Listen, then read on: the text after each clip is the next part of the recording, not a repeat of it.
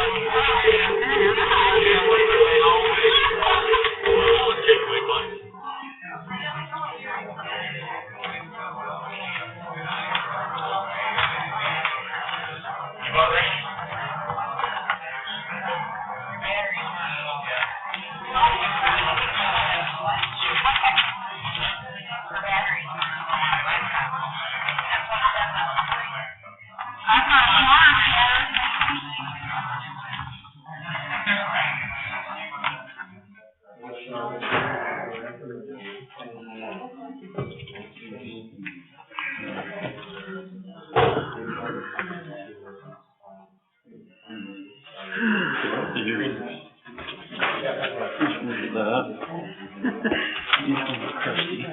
Too much paper.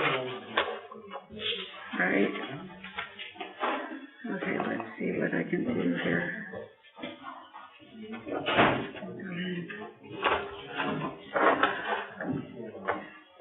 Well, it's not on my screen, so I didn't notice it. Oh, I had a cord here, Tracy. I don't know if it would sit yours, but. Oh, there we go.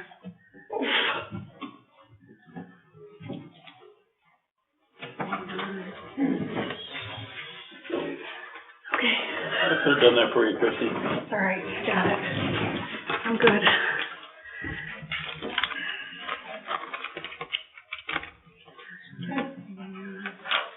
That reminded me of True Lies. I have to read.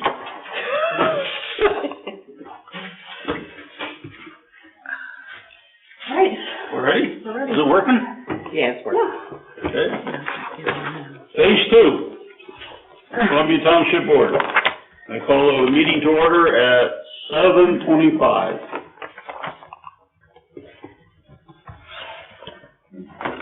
Pledge of Allegiance.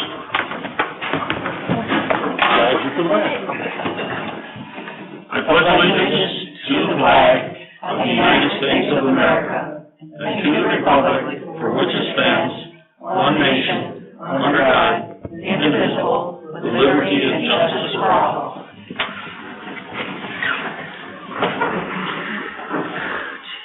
Okay, I'd like to welcome everyone here. This is our first in-house meeting in a long time. Thank you for coming tonight.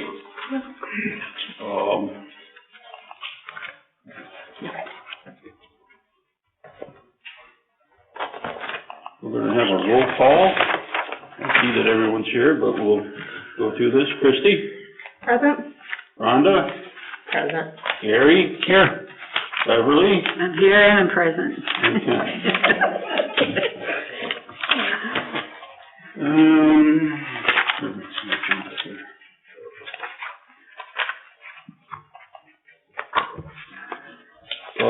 The roll call D is the agenda. It's approval of the agenda. We have the agenda before us. Are there any additions or subtractions to the agenda?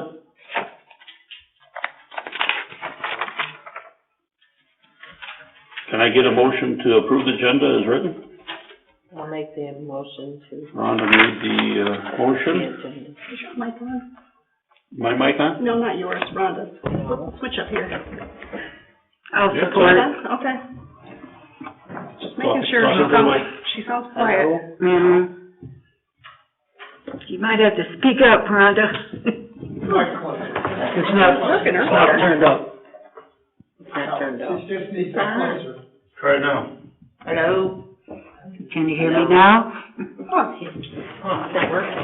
it was working just fine earlier. You might have to share it. Try a different channel. Is there one open? Yeah. There you go. Okay. Do I have a second? Beverly Yes. seconded. Oh, Beverly? Yep.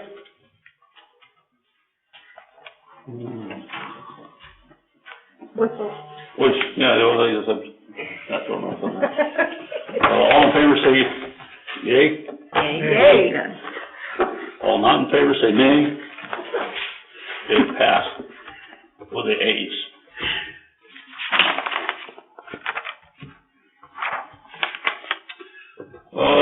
During our meeting tonight, we'll have 2 periods of public comments. The first public comment we would like to pertain to the things on the agenda so that we get your input for what we're about ready to get into.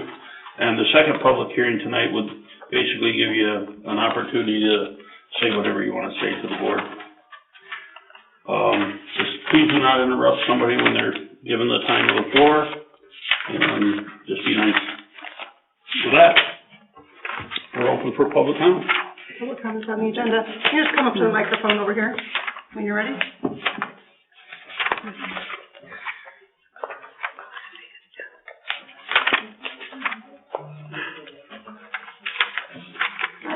Marcia Lukens, Grand Junction. I just would like to say that I think we should think long, hard, and really do a lot of research and have qualifications and really have a good job description of who we want to be the new zoning administrator. After having run into all kinds of problems with it, we know that having to have an attorney and everything else that went on before, I think it's a very important decision, and we should really, really take it seriously. Thank you. Well, Dick Curtis, I would like to be recognized for the Senior Services Report. When we get there. you take them off, huh? When we get there. When we get there. We're not in reports, but we'll grab you then. Mark? Kathy? Kathy.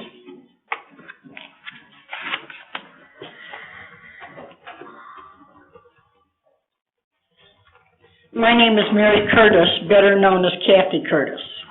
I would like to address the upcoming budget meeting, and what I would like to say is I'd like to address an issue before the board starts the budget meetings.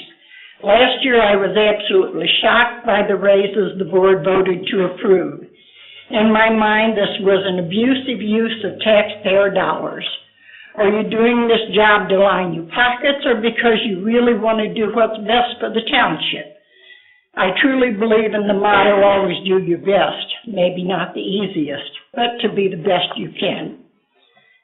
Having sat on this board, I understand that the wages were low, but in my mind, we were public servants, not looking for an easy way to make a living wage. This is a part-time job, not a full-time 40-hour-week employment. I also understand where you got your comparison wages. What was not looked at in my mind was what the tax base was in these townships. The comparison for townships with larger business tax bases, which we don't have.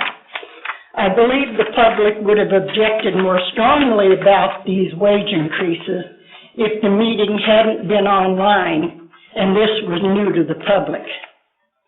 This year I will leave money with a friend for a large ad in the newspaper informing the public about the budget meeting dates and that the public can sit in on these meetings. I may not be available to attend these meetings, but I plan to stay informed about the activities being taken. How many hours do you work to warrant such wages as you receive?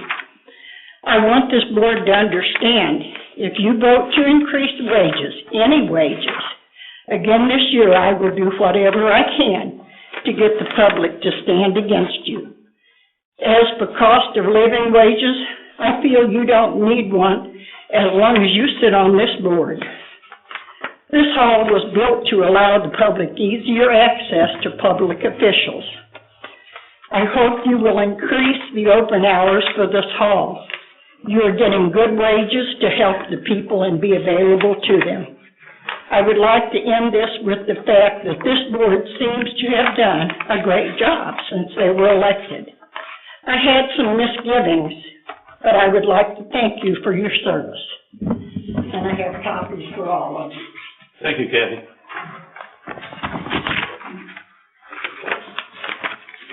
Sharon?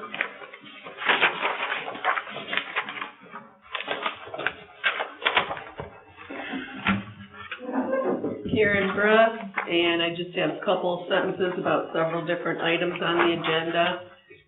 The meetings from the previous meeting, my chat comment during December meeting was not read.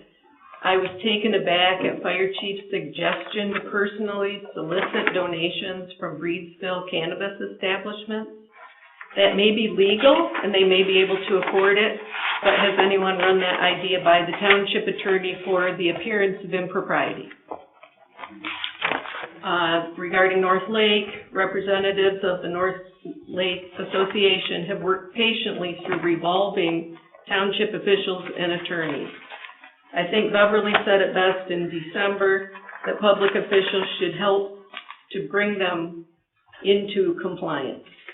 Of course, that would include proper administration of contracts, collections, and distribution of funds. Survey results would indicate that I'm in the majority in favoring individual property rights and restricted government. I am confident that this board can find the right balance of fiduciary oversight without heavy-handed government overreach. Zoning administrator, I'm glad to see a hiring plan that includes full board participation. It is my understanding that any board member can make nominations for that position. As far as planning commission, one reason to minimize government activity is the difficulty to find enough qualified applicants within our small population to fill all the spots.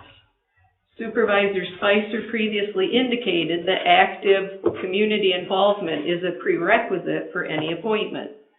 I attended a planning commission meeting last week, and they appear to be functioning well with 4 members for the time being until that criteria can be met. Although not required for appointments, it may be helpful to advertise in the reminder, since we know people read that around here. As far as the budget, as the board noted in December, this topic is large enough to warrant special meetings. February 10th and March 29th, I believe, were established. Supervisor Speicher is gifted in this area. He has correctly forecasted that we are on track to exhaust current surplus from general operating fund. He further acknowledges that taxpayers are opposed to raising taxes. So other than grants and ARPA funds, our departments must stay within our means. Snowplow contract for the fire department. I am not sure if Mitch Gibson still serves on the fire department, but if so, that should simply be disclosed for transparency when considering that contract. Cemetery update. If we had preserved more ARPA funds for discretionary township use, we might be able to accomplish more of the IT strategic plan. But given the reality of a limited budget, the best question to ask now when considering expenditures is what value does it add for our citizens? I do not doubt at all that current records are in disarray, but even the most sophisticated software cannot overcome inaccurate data input from prior records. I suggest that exploring the GIS mapping is the higher priority to first establish an accurate baseline grid. I guess really that's all. Thank you, Karen. Yep, come on. I'm just wondering if it's possible for me to speak at this part of the public comments. Just to give a quick update about our project and stuff, it'd be just a couple of minutes. Just a couple minutes. I know you guys have a super full agenda, so. Yep. One thing is, I saw an item on the agenda about Bloomingdale Communications. That's an article that got mailed out to really all the parcel holders. It's basically one of those things where we're requesting permission on each of the parcels for people to allow us to bury a drop from the road to the house or the location. So that's what that piece of mail that you got. A couple quick things about our fiber to the home project, specifically just some general updates and then a couple of things about Columbia Township in particular.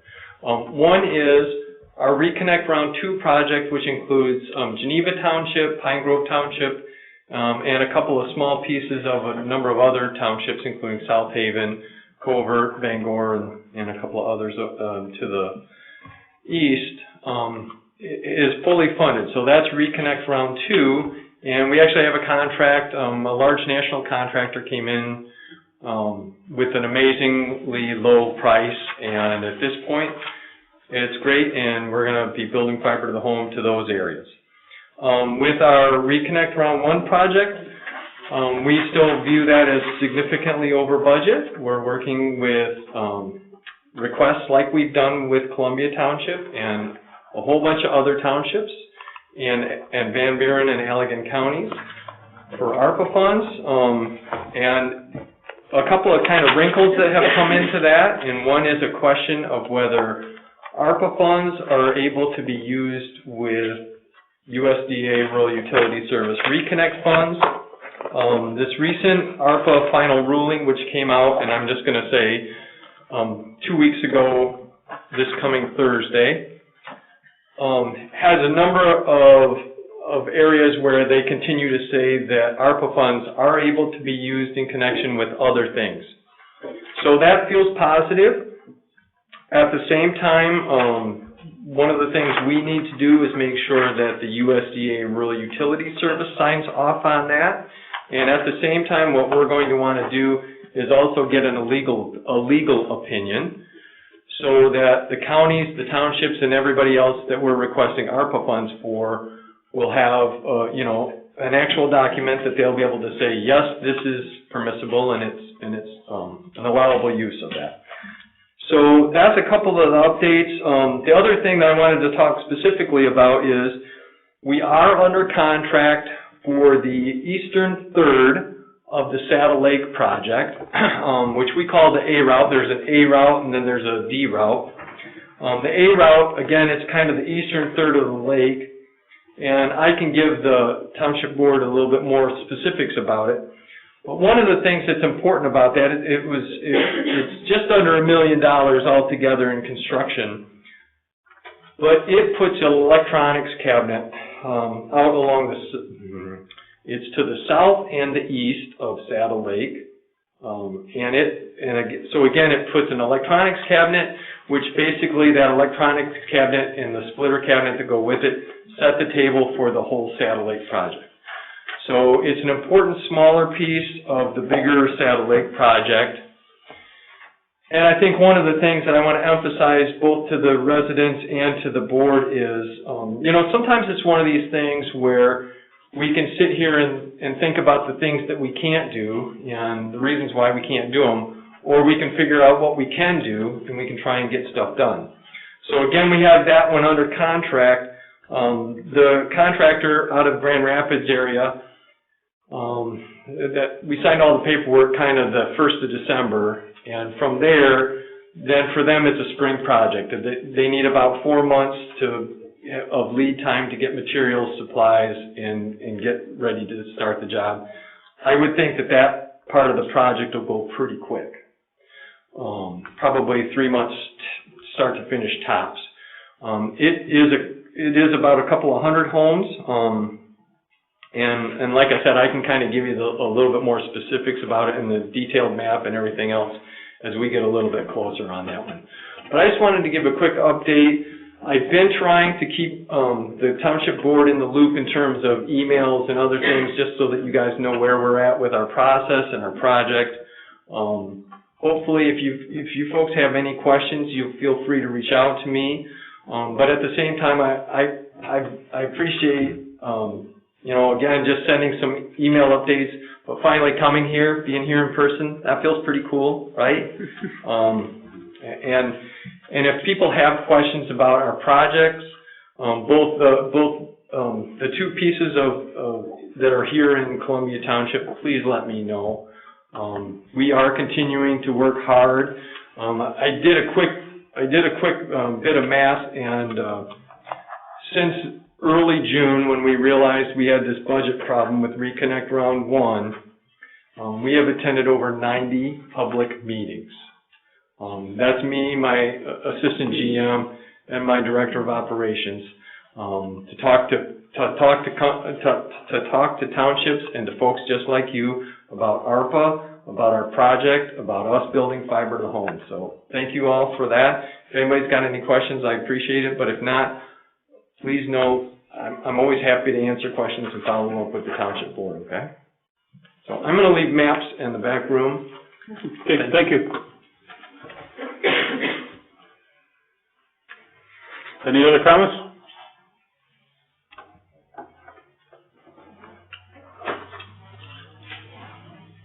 Okay, we're gonna move on to the consent agenda. We have, F1 is the minutes from the previous meeting, which is, December 21st. We have our expenditures, which is payroll, invoice, and monthly expenses. And we have a treasurer's report. And then on the calendar, we need to set a date, either the first, or, you got a date for that? First or second was what I was looking for.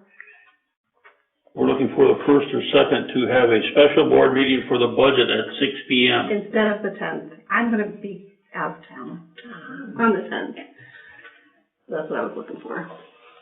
So, is there something better? Gary, either date? Rhonda, either date? That's fine. I'm either date. I may be gone Oh, you're gonna be gone. What date is to it? spend time at my First or cousin's. second First of of Tuesday or Wednesday. February. I'll give my input on the email. I don't know how long I'll be there with my cousin.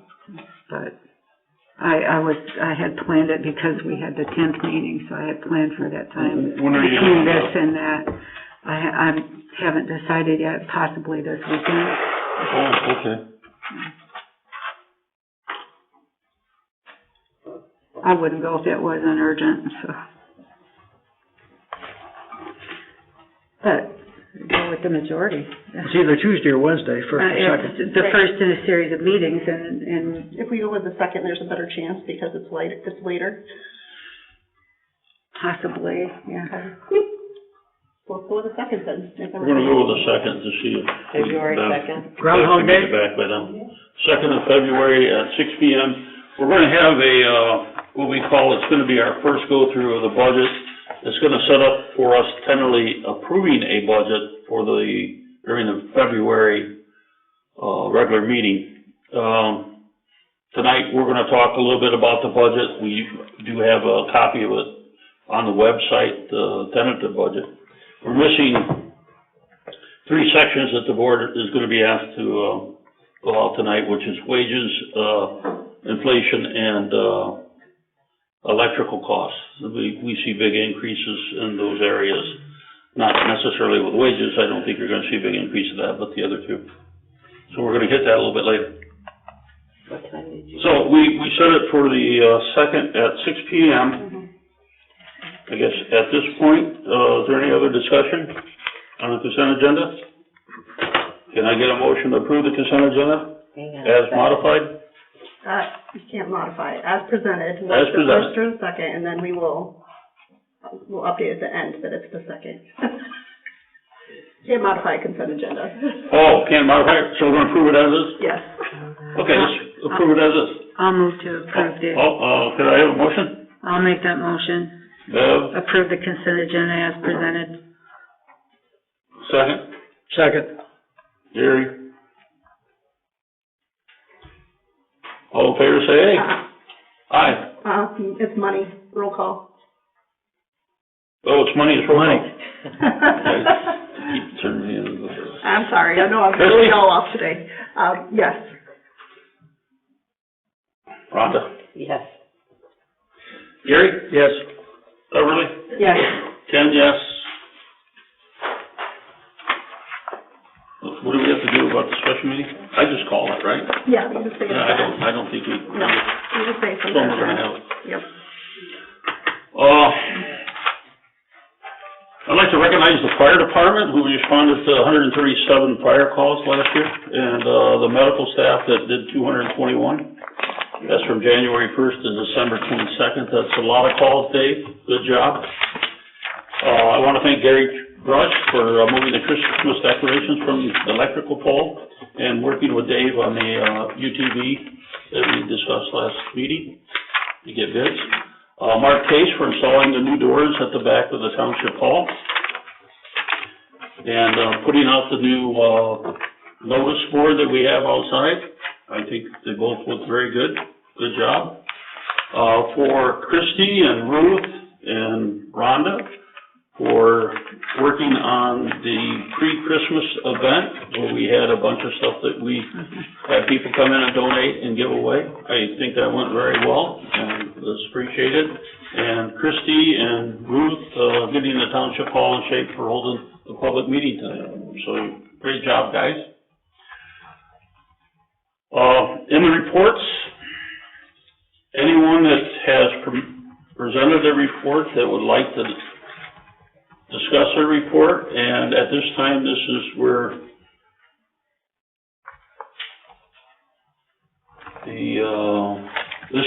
the senior services report would come in. Thank you.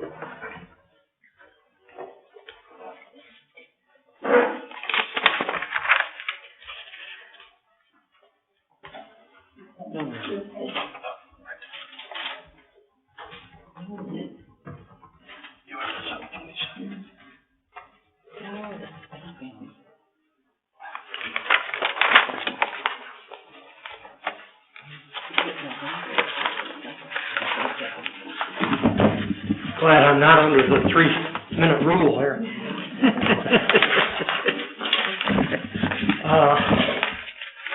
Unfortunately, since Dean's passing, you haven't had any updates on the activities of senior services, so I'd like to bring you up to date a little bit. Since COVID hit, we have been, of course, closing our normal meetings in the service centers and whatnot. We can't have large groups, but we have still tried to be serving the public, and our public, 60 and over. We have delivered 18,595 meals to homebound people.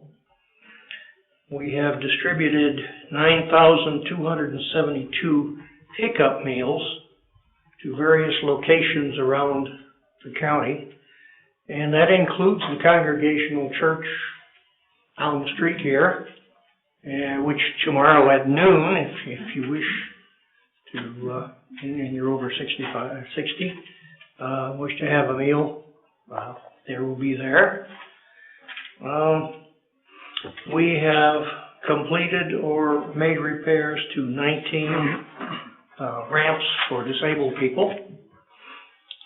We have coordinated with HHS to vaccinate 3,200 seniors at COVID vaccine clinics and in their homes if they were unable to attend those clinics. And we also ran our tax return for 781 people.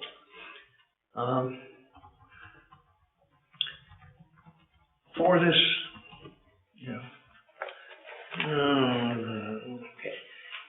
for this work, we have received the Community Service Award from the Area Agency on Aging.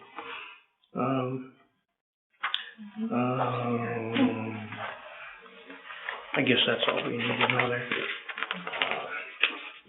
I'm sure you're all aware, because we've been in the papers, that we have a new community service center in South Haven, which, I don't want to lie again, so I'll cross my fingers.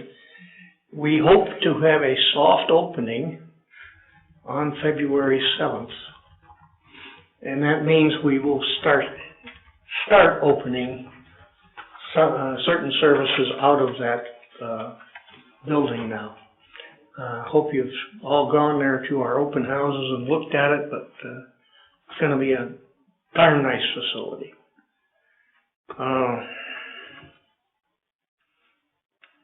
We would hope to be fully open in the April-May time frame.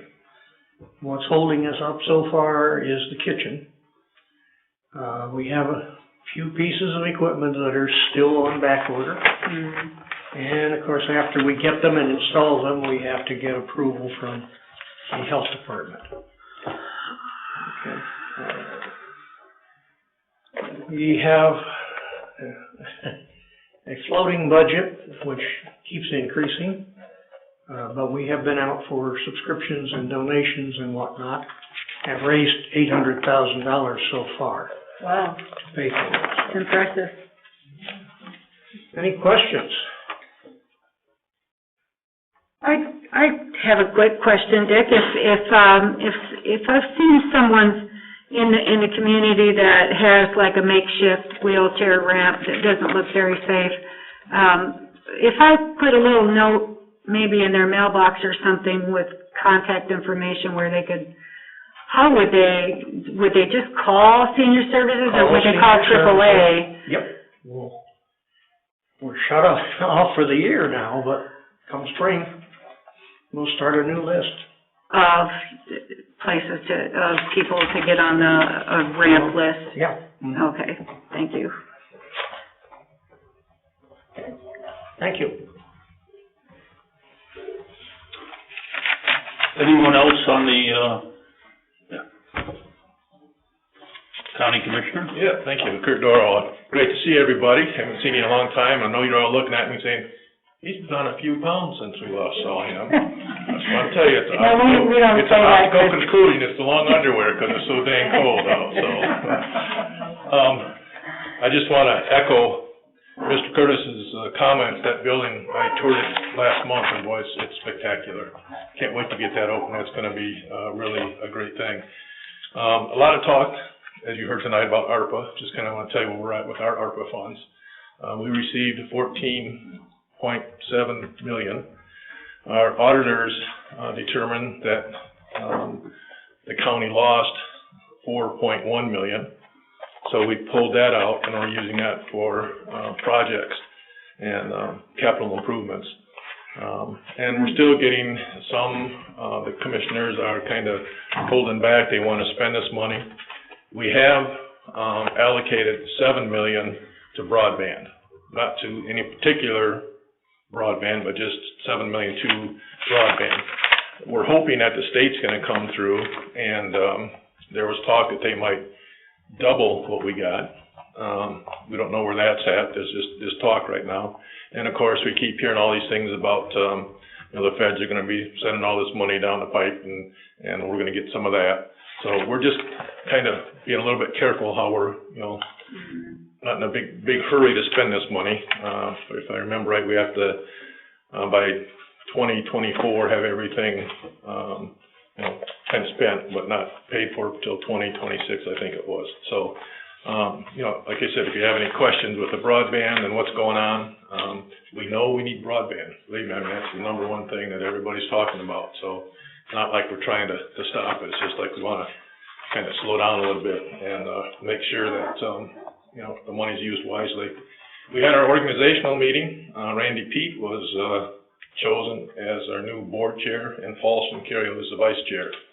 So that was first week in January. And then I'm going to give these to Christy. This is some information on from the Conservation District with dates and such for the year. So, yes, Thank you.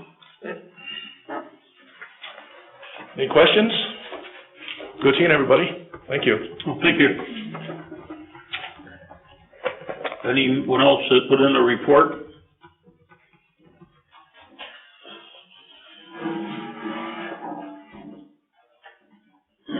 Good evening. Doug Burleson from Van Buren County Road Commission. Hey, Doug. I see you looking at me like, who's this guy coming up here? I was.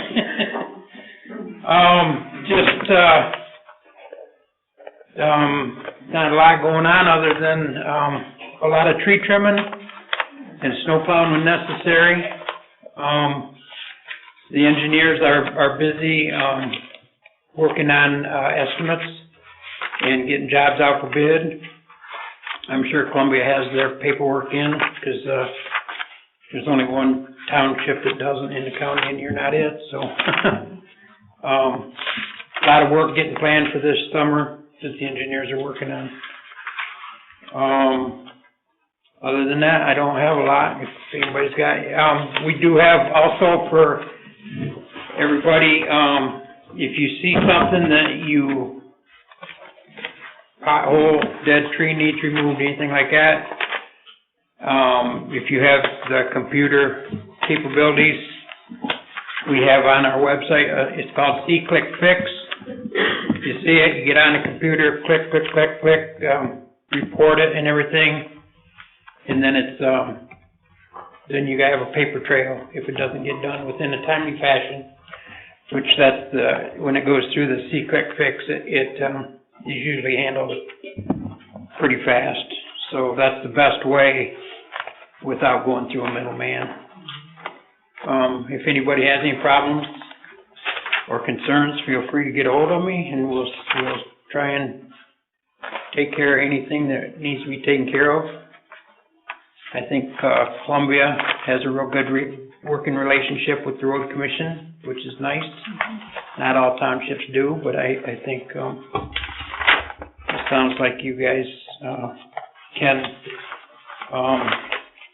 talks with them quite a bit, and things seem to be going pretty smooth. So, very good. If anybody's got any concerns, just get a hold of me and we'll see what we can do. Thanks, Chris. Doug, I'd like to say as a citizen that we use that sequence that you just referred to, because we had a tree that was leaning like that over the road, and they had been falling like crazy all up and down our road. And I gotta say, they were out within 2 days and had it cut down and gone. I was really impressed with that. And I see on the report here, you've got snow plowing policy. Apparently you got a copy of it. I think it says like 8 inches before we plow, but we're plowing before that. And I've fought real hard for that. And I think things have really improved in our snow plowing in the last couple of years. They get out a lot more often. Yeah. We've got guys getting out and driving the roads in the mornings. To keep the new guy off my road. My mailbox twice. There's a lot of I got the rubber pop-off one there now. are a lot of new guys. It's really hard to keep I know. And I'm just glad they're following us. yeah. But yeah, Doug, I think maybe people are aware, maybe not, but the guys used to get out and plow the primary roads first and the bus routes first. Secondary roads were last, of course, for that reason, to get out for the working people and for the buses to get out for the schools. So if you live on a secondary road, get a four-wheel drive. Well, we try and get every road on a snow day. Oh, you guys are doing a good job. They do the county roads first, and then the secondary roads. Right. And also, I don't know, County Road 380, where it ended at the Bloomingdale Columbia Township line, the project we're working on that now, doing tree work now. From there, from the township line on to County Road 665 in Bloomingdale Township. So we're just going to keep plugging away on that across. And that's a job that we're financing out of our own funds. So it's going to be a 2 or 3 year deal. But the grinding is going to be the last year instead of the first year, the milling of the road.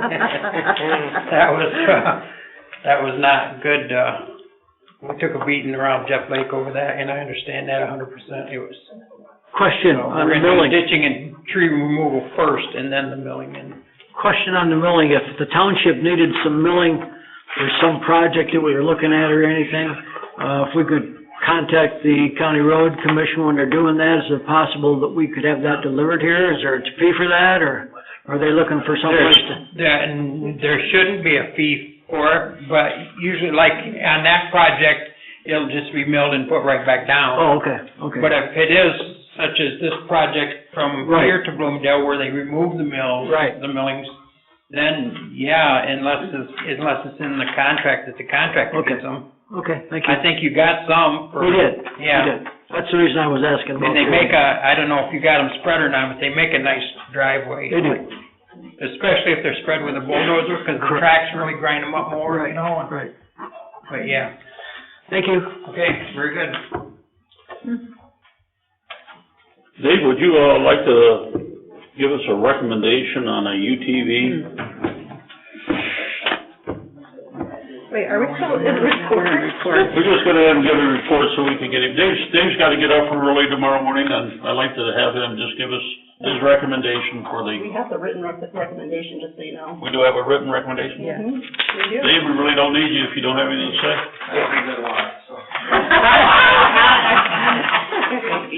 I know you have to go to work, so you're free to go anytime. I'd just like to say Dave was a very good help, a lot of input, a lot of suggestions, and looking out for his crew. And I think we came up with a viable product, saved the township some money, and it'll be well used in our area.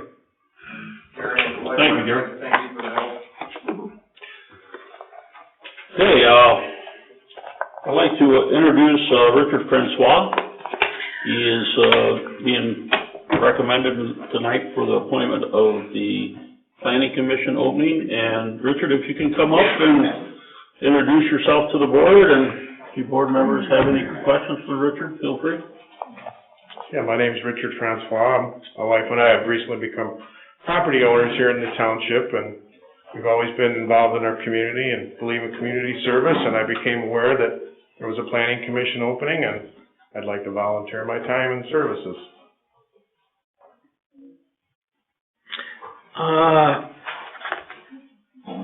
My only concern, I don't know you personally, so don't take this personally, I've never met you.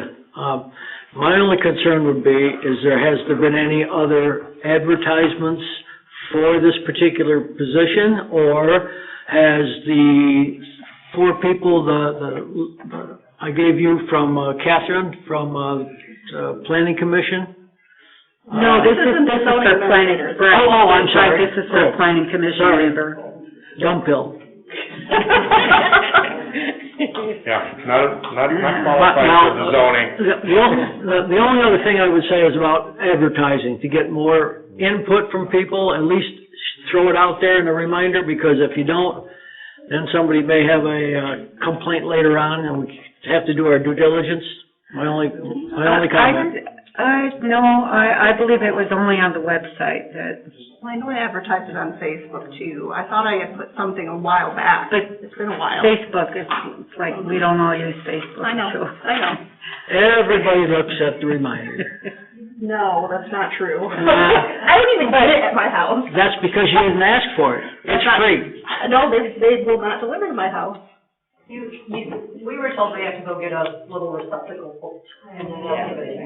Oh, right, because they can't put it in a legal mailbox. It's the location I'm at, I'm not allowed to get it. Well, they're at the post office, piled up in there free for nothing, along with the South Haven Tribune, and they're also in the gas station. Anyway, that's my only concern. I have questions, actually, for Mr. Francois. So it's my understanding that you have been renting a cottage from Supervisor Speicher over the years. 22 years. Okay, and that you are building a home here. Yeah, we're renovating a cottage on Saddle. So do you live here yet? I've been living in Supervisor Speicher's cottage, my wife and I basically, since last May. So you're a current resident? Yeah. You live in the township? Yeah, but I mean, we can't live in a building that isn't livable, so we're living there and renovating the cottage that we purchased. Yeah, I just wanted to know that you were a resident. Oh, yeah. Regardless of we plan on renting, it doesn't we plan matter. on this being where we're gonna stay for probably the rest of our days, and like I said earlier, we believe in community involvement and community service, and we were both Scout committee leaders for over 30 years in the place where we previously lived, and very active in our church community in the Park District, and several other different organizations. And were you aware we had a meeting the other night, a planning commission meeting? I was not particularly aware that there was a specific meeting. I was asked to attend this meeting, so that the Okay. board could offer questions or concerns. So that's why I'm here. And so we have monthly meetings, and I know that when I got appointed to the planning committee, commission, I was told it was a committee, and you understand that it's the planning commission. Yes. And, okay, Yeah, I understand what the entity is and what it involves. okay. Mm-hmm. And would you be willing to take the Michigan State Citizen Planner program? Oh, sure, yeah. My wife has some extensive education and planning. I don't, but she does, and I understand the process. And yeah, I've taken on some obligations in the past that required me to get educated or qualified. I was a state golf coach for 10 years in Illinois. That required a lot of training in the beginning and certification. So yeah, I'm perfectly willing to do that. That's good to know. Yeah, well, you have to be educated to do a proper job, so you have to have the right tools. Yes. Yeah, otherwise you spin your wheels, wasting time. And one last question, and please do not take this personally. I'm assuming that you would be prepared to be impartial if there's an issue before the planning commission that, you know, the community weighs in this way and Supervisor Speicher will weigh in another way just because of your friendship. And in this community, you can't appoint people that aren't friends because it's just too small, friends or relatives. No, There's not enough people to go around. We lived in a very small town for a long time, and it was the same. I mean, if you were on any committee or you belonged in any organization or you were politicking, you basically knew everybody who was involved. But yeah, I like to think of myself as even-handed. Thank you. Yeah.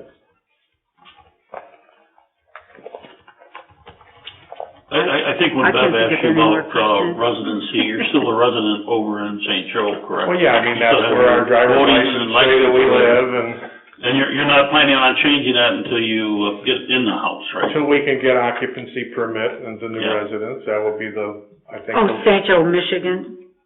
Yes, Yeah. Okay. Royalton Township. That's quite a drive. Well, not too bad, but in the winter, yeah. Legally, it's about 45 minutes. Oh, I know that one. Any other questions from the board? Thank you, Richard. Okay, thank you. Have a good evening. Christie, would you like to introduce your new deputy clerk? I would. You can go ahead and come to the microphone. I'm going to say a little bit first. So, as many of you know, but many of you may not, when I was appointed to the position of clerk, I had a hard time finding a deputy. So, Mary Phelps was very kind in filling in that position for me with the understanding that I would continue to look. 2 years later, I received contact from Kara, saying that she was interested, and it's really interesting how our lives have crossed, and the fact that this is happening today. So first of all, a little bit about her. I'm going to let her say a little bit about herself, but she is from the area. She's been a food safety coordinator at True Blue Farm since January of 2009, and is currently still working there. And she will be helping me out with elections and all the other fun things. And what I mean about today being a really special day is this is actually the anniversary, I don't know if you all remember, of my daughter's very severe car accident last year. And come to find out, we found out at the end of December that Kara was actually the first person on the scene and was taking care of Elizabeth until the first responders arrived. So we've been trying to find her ever since then. And here she is. So she has been in the office training quite a bit, and I've been very impressed with her ability to pick things up. So from there, I will let Kara introduce herself. Hello, everyone. Nice to meet you. My name is Kara Laraway. I grew up in Grand Junction on 215, and my family is Blueberry Farm. I still work for my mom and dad at True Blue. This summer I worked for the USDA in a temporary position for the Farm Service Agency. So I got to work with a lot of farmers and learn all the laws and regulations. Now I just want to help my community out and learn more about our township and just get kind of a fresh look at everything and get some young blood in here. So I'm excited to help the township out. Any questions? Welcome aboard. Welcome. Thank you. Thank you. Nice to see a younger face. Thanks. That bodes well for the future, I'd say. I think we're all done with the, Section G. I'd like to interrupt a little bit. I wanted to say a couple of words about our deputy sheriff. And I see he's not here, so he's probably on a call someplace. But I don't know if you're aware of it or not, but we have a contract car with the Van Buren County Sheriff. And he's a full-time officer. He's here 40 hours a week. His name's Justin Roan, and it's too bad he's not here tonight, but a while ago, I think December meeting, or maybe even before that, the board kind of designated me to kind of take the lead on the helping our officer in ordinance and in our ordinance enforcement, blight, build dangerous buildings, whatever, and any of our zoning and ordinances per se. I've had a lot of experience in that, retired from the sheriff's office myself, over 30 years in law enforcement, and had four townships assigned to me as a contract car in Van Buren County for over 5 years in enforcement of their ordinances. So since that's been bestowed upon me, I will be meeting monthly with Justin. We'll develop a plan, go forward with it. And I also have some things that might help him, some tools that I developed in my law enforcement career, like spreadsheets and that sort of thing, so things don't fall through the cracks. And I believe the board also lets him free rein, so to speak. Obviously, if we get a complaint called in, he should go on that. But obviously, too, if he's on a public road and he sees something that's not right, he can go onto the property because it was observed on the public road. So I don't know if he's aware of that or not, but that's something that I'll be speaking with him about. So he is on the call. Okay. So anyway, a little bit about our officer, and just to let you know that I'll be working with him both night and day, giving him some little helps, and he can tweak them to his own ability and what he'd like to do. But I think it'll be a good arrangement, and I'd like to get back in the car anyway. Thank you, Gary. Okay, we ready to leave G? Yeah. Yeah. We're gonna go to unfinished business, the North Lake SAD reassessment determination.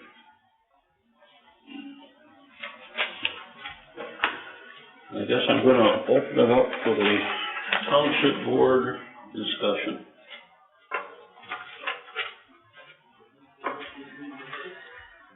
I just want to say that I'm just concerned that we've been unable to obtain visibility to bids, and to be able to get a full picture of not just what their proposed budget is, but what bids went into making that budget.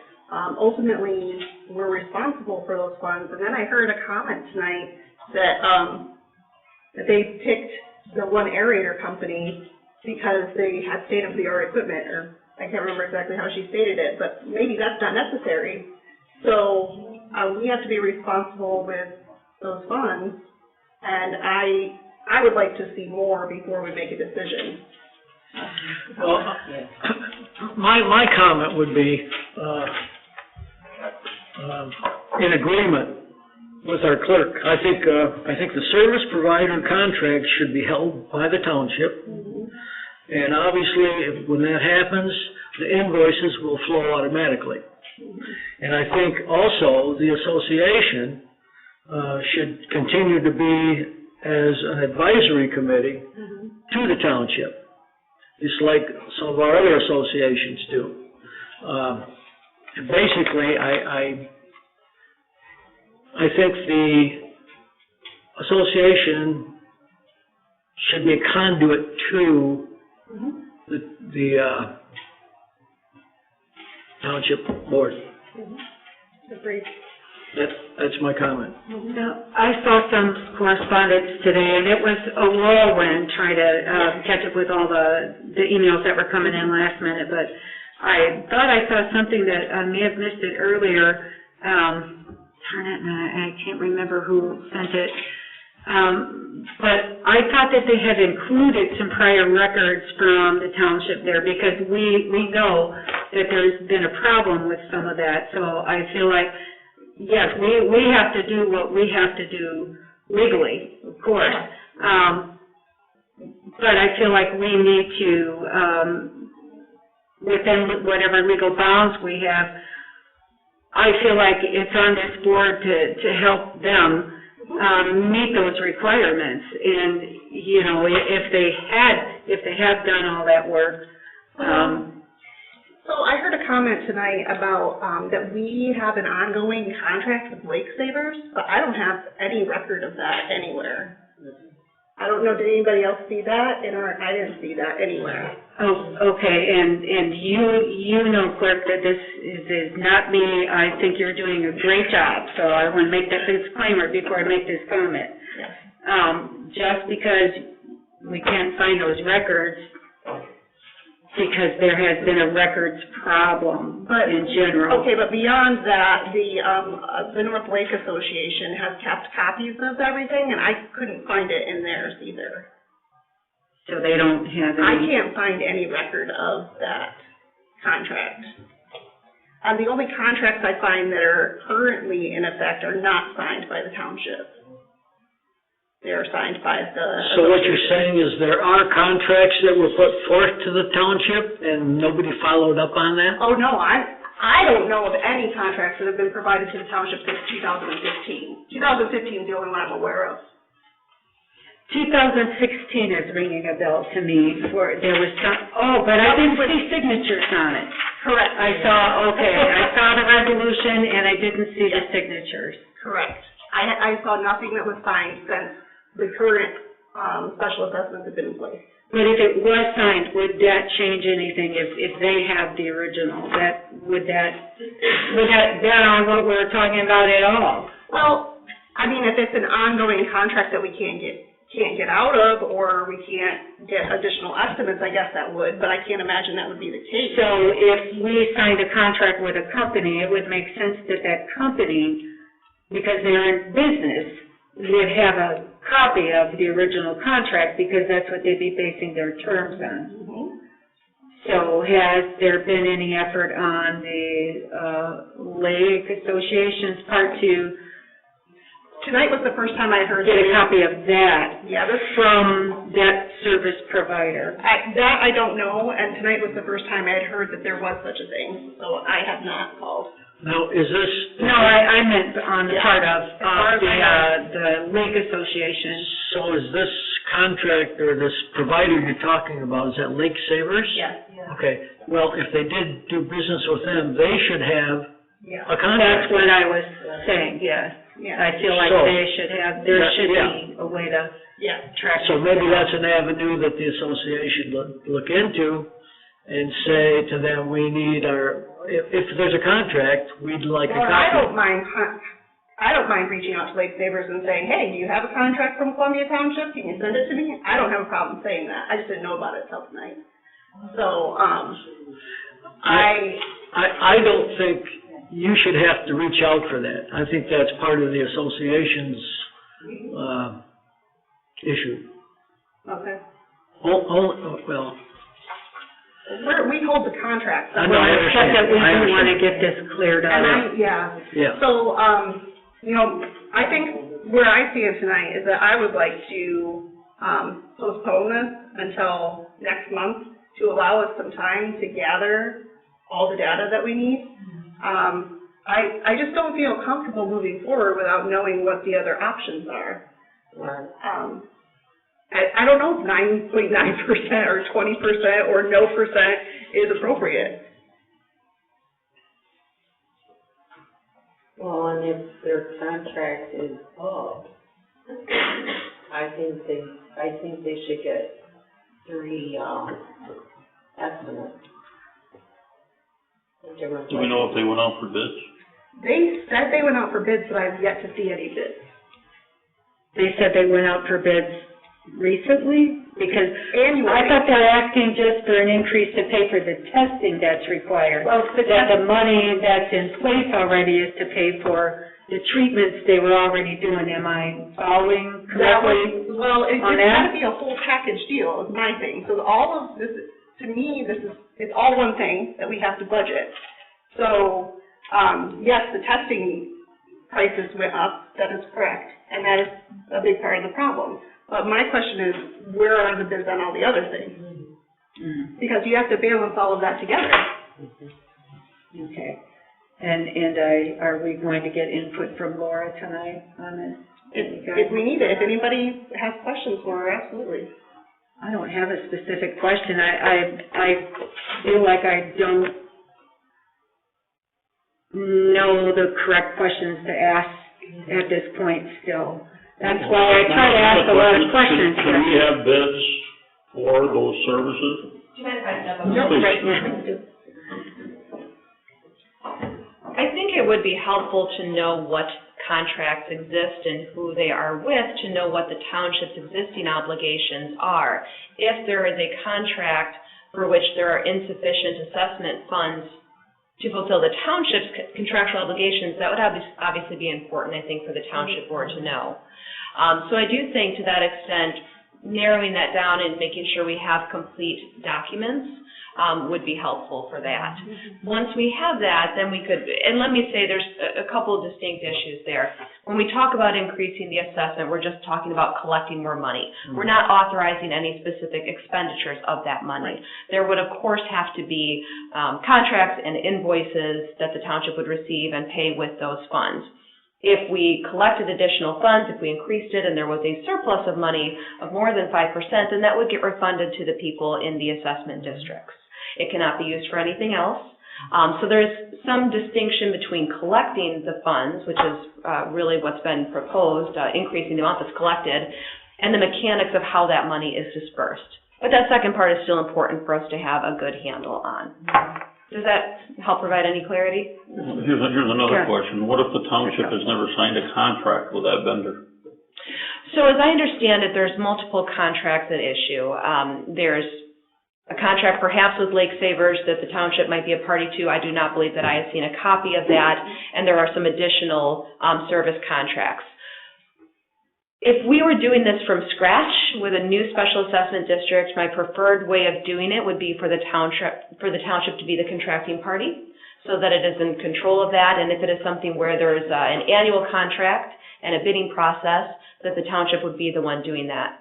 If we have contracts in place already, from before we were your township attorney, there's still not necessarily a problem with that because, as I understand it, and I think the comments tonight confirmed, the township is still the one dispersing funds directly to the service providers. You are stewards of public money. You are ensuring that those dollars are used only for the proper purposes, which are the special assessment costs. So I don't really have a big concern about how that has been done. I do think it's important to understand what those contracts are right now. If they are annual contracts where there's not an ongoing obligation, where it's time to enter into a new contract, then it may be appropriate for the township to be the contracting party moving forward.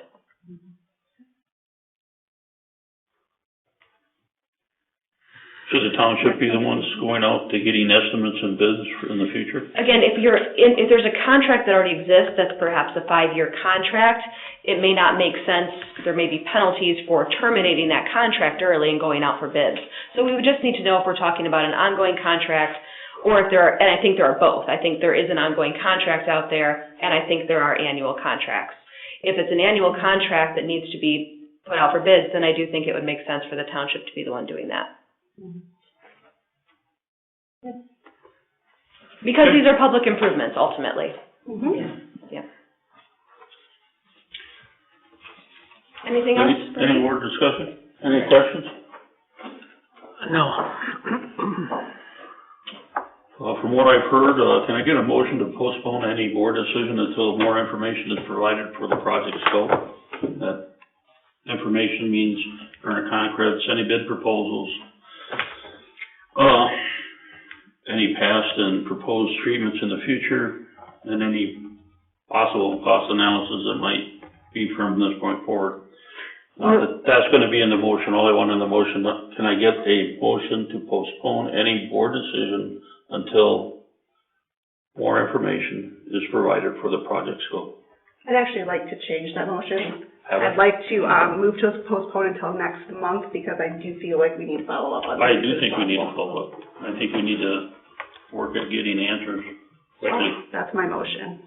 I do think that both parties are interested in the same goal of, we control the lake. So I think they need to work together and come to some agreement between those opposed and those in favor of it. That was my motion. Anybody want a second? Just think it.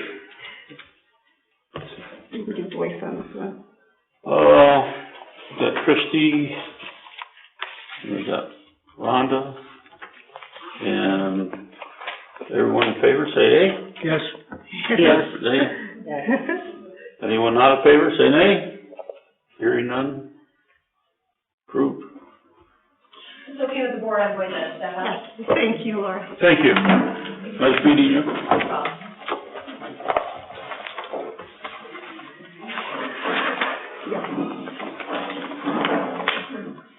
Okay, H2 is the zoning administrator.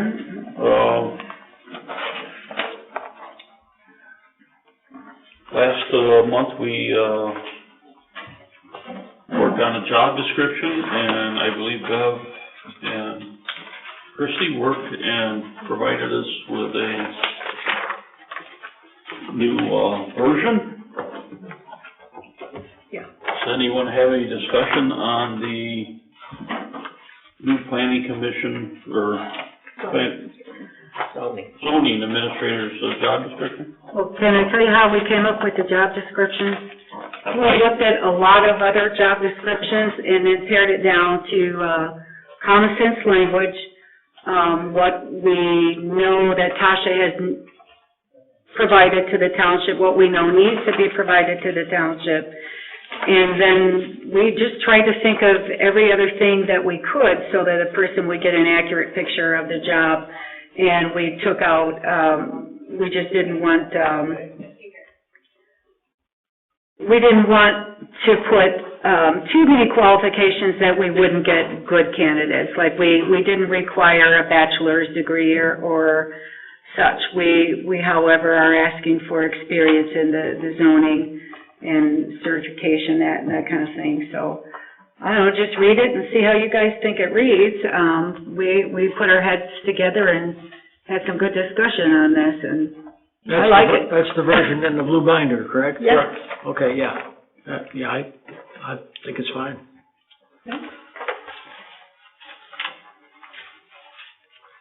Any other? Good with that one?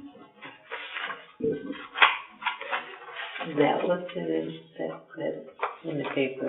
Not yet. That's what we're gonna talk about that next, I think. Okay.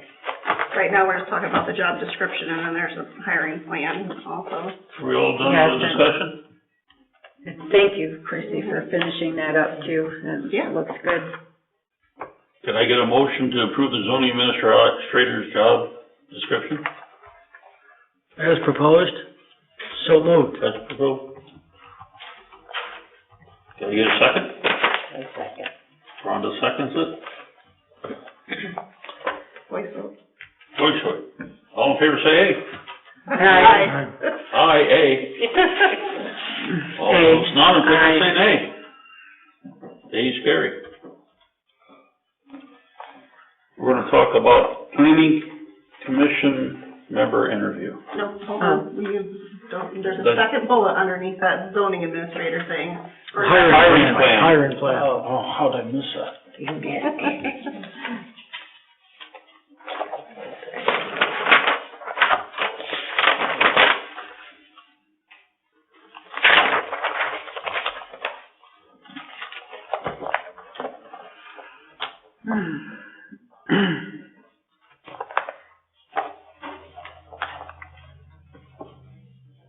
We're under zoning administrator, right? Yeah, we are. Mhm. Hiring plan as well. Proposed hiring. Oh, the bad side. Yep. Proposed hiring plan. So, these were just things that, we thought of that, we needed to discuss as a board. Do we want to have a contracted person or an employed person? Do we want to advertise for both?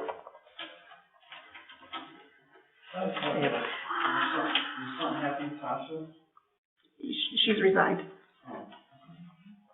I think it should be an employee person. Employed? Yep. The only thing I would say about that, Gary, is we may get, there might be, applicants from other agencies. There are other agencies out there, and so with Tasha, is that considered contracted, not employed? Correct. Can we be flexible with that, just to increase our chances of finding someone good? We can be, we just have to be. Or is that too complicated? No, it's not too, I mean, we can advertise it as, that we're open to either contracted or employed. But This the is board a part-time makes the job, decision. right? I would assume so, yeah. About 10 hours a week? Sure. Well, as long as it's written in there that can be terminated either by them or by us.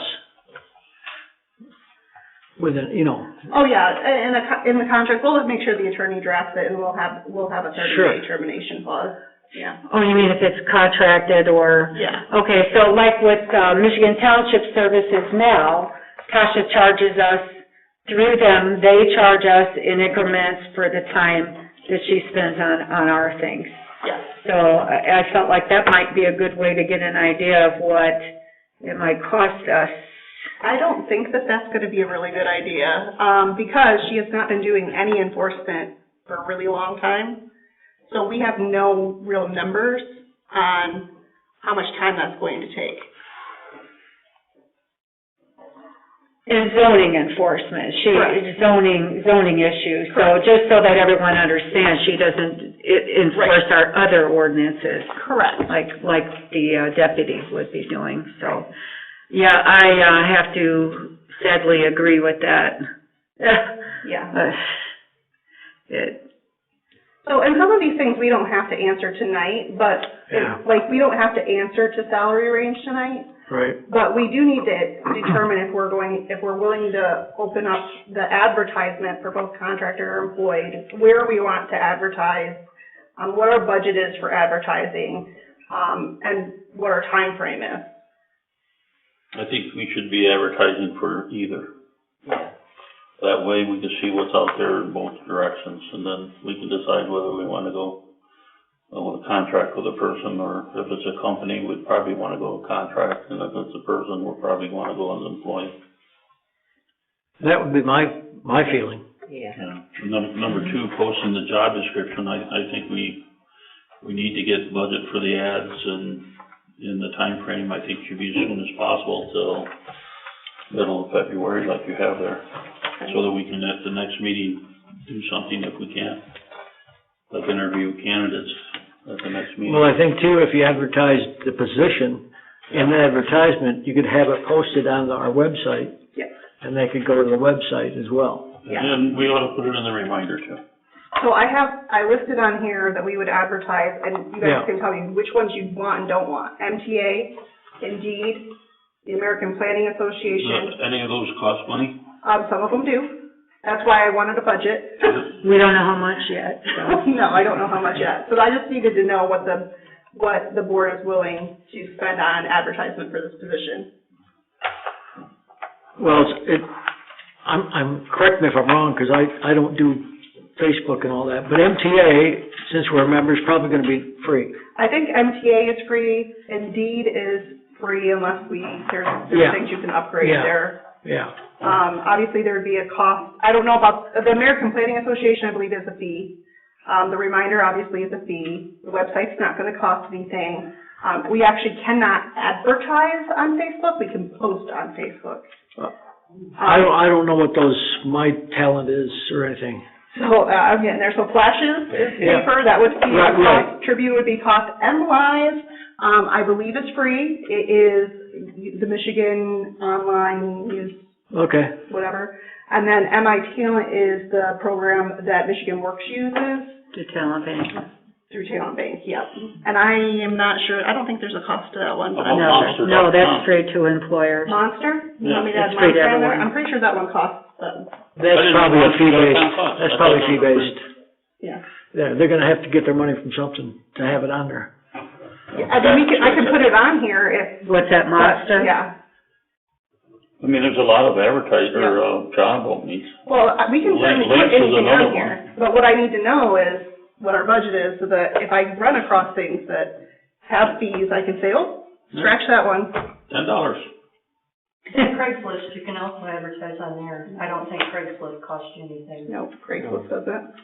And my suggestion would be to definitely do the ones that don't cost anything. Mhm. And then with the ones you have questions about whether or not they charge a fee, call and ask them. You're not gonna be able to determine a budget unless you know what the people are gonna charge. That's just my thought. That is true, however, I have limited time. Well, there is a budget for that, so that we could pick and choose, say, no, you're too expensive. Yeah, but- This one's but- too expensive. But you're, yeah, So we'll use this Yeah, one. yeah. Well, Chrissy, how much do you think you need in the budget for ads? Well, if we're going to put an ad in the Reminder, Flashes, and the Tribune, at least a couple hundred. Is this coming out of the board Oh, budget yeah. or the Tribune's planning commission expensive. budget? Say that again?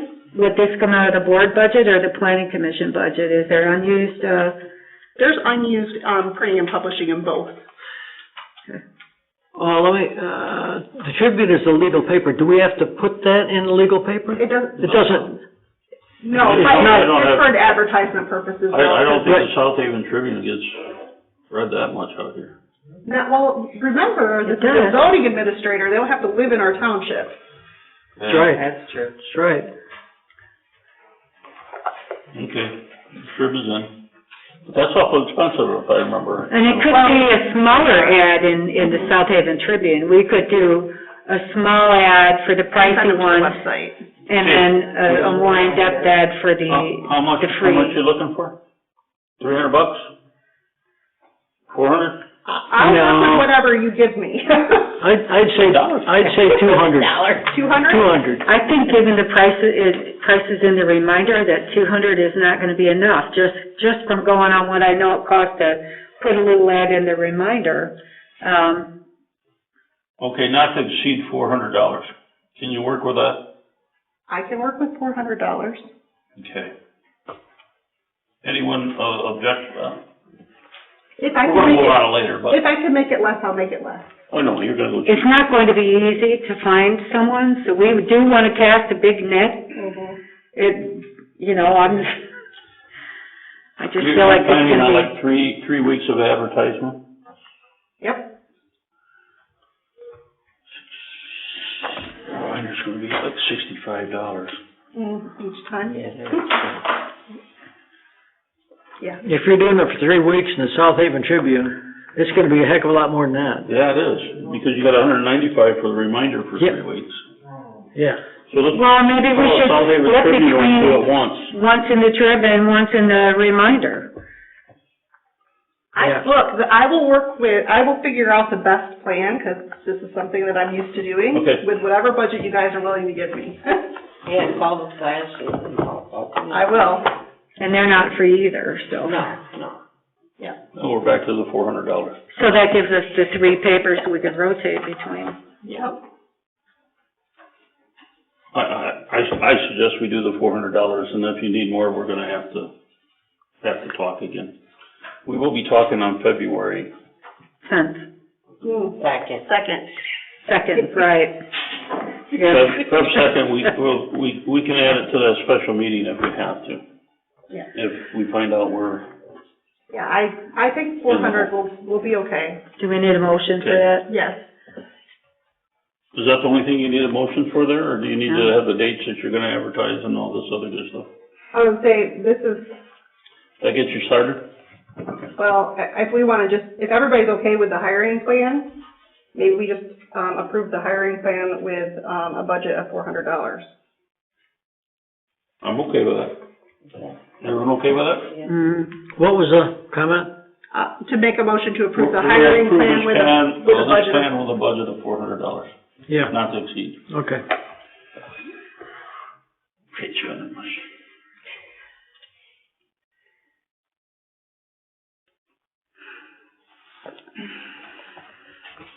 All right, so, Just remember, we're bleeding here.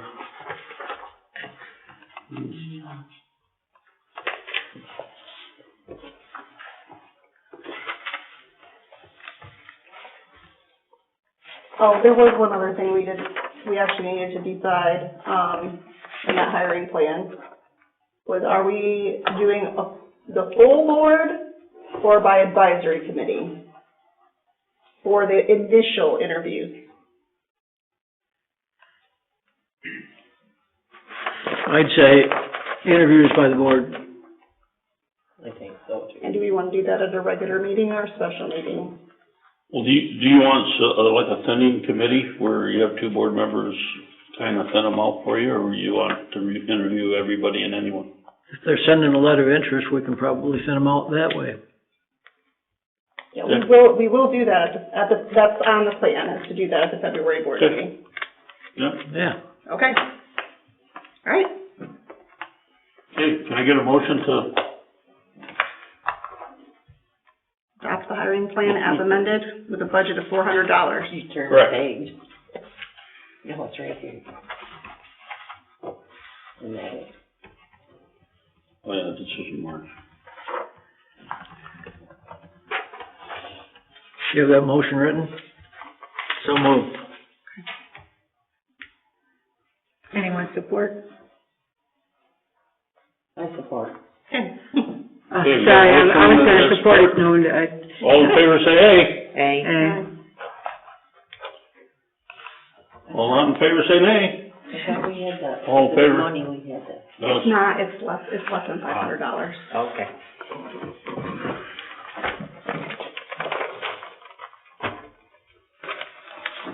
So that was H2. H3, Planning Commission member appointment. I'm gonna move to recommend Richard Francois to the Planning Commission with a term ending on December 31st, 2023. Can I get a second for that? I think we ought to advertise. I have a question, Ken, that, the 2023, that's a one, he's Still only finishing. finishing a term. Yeah.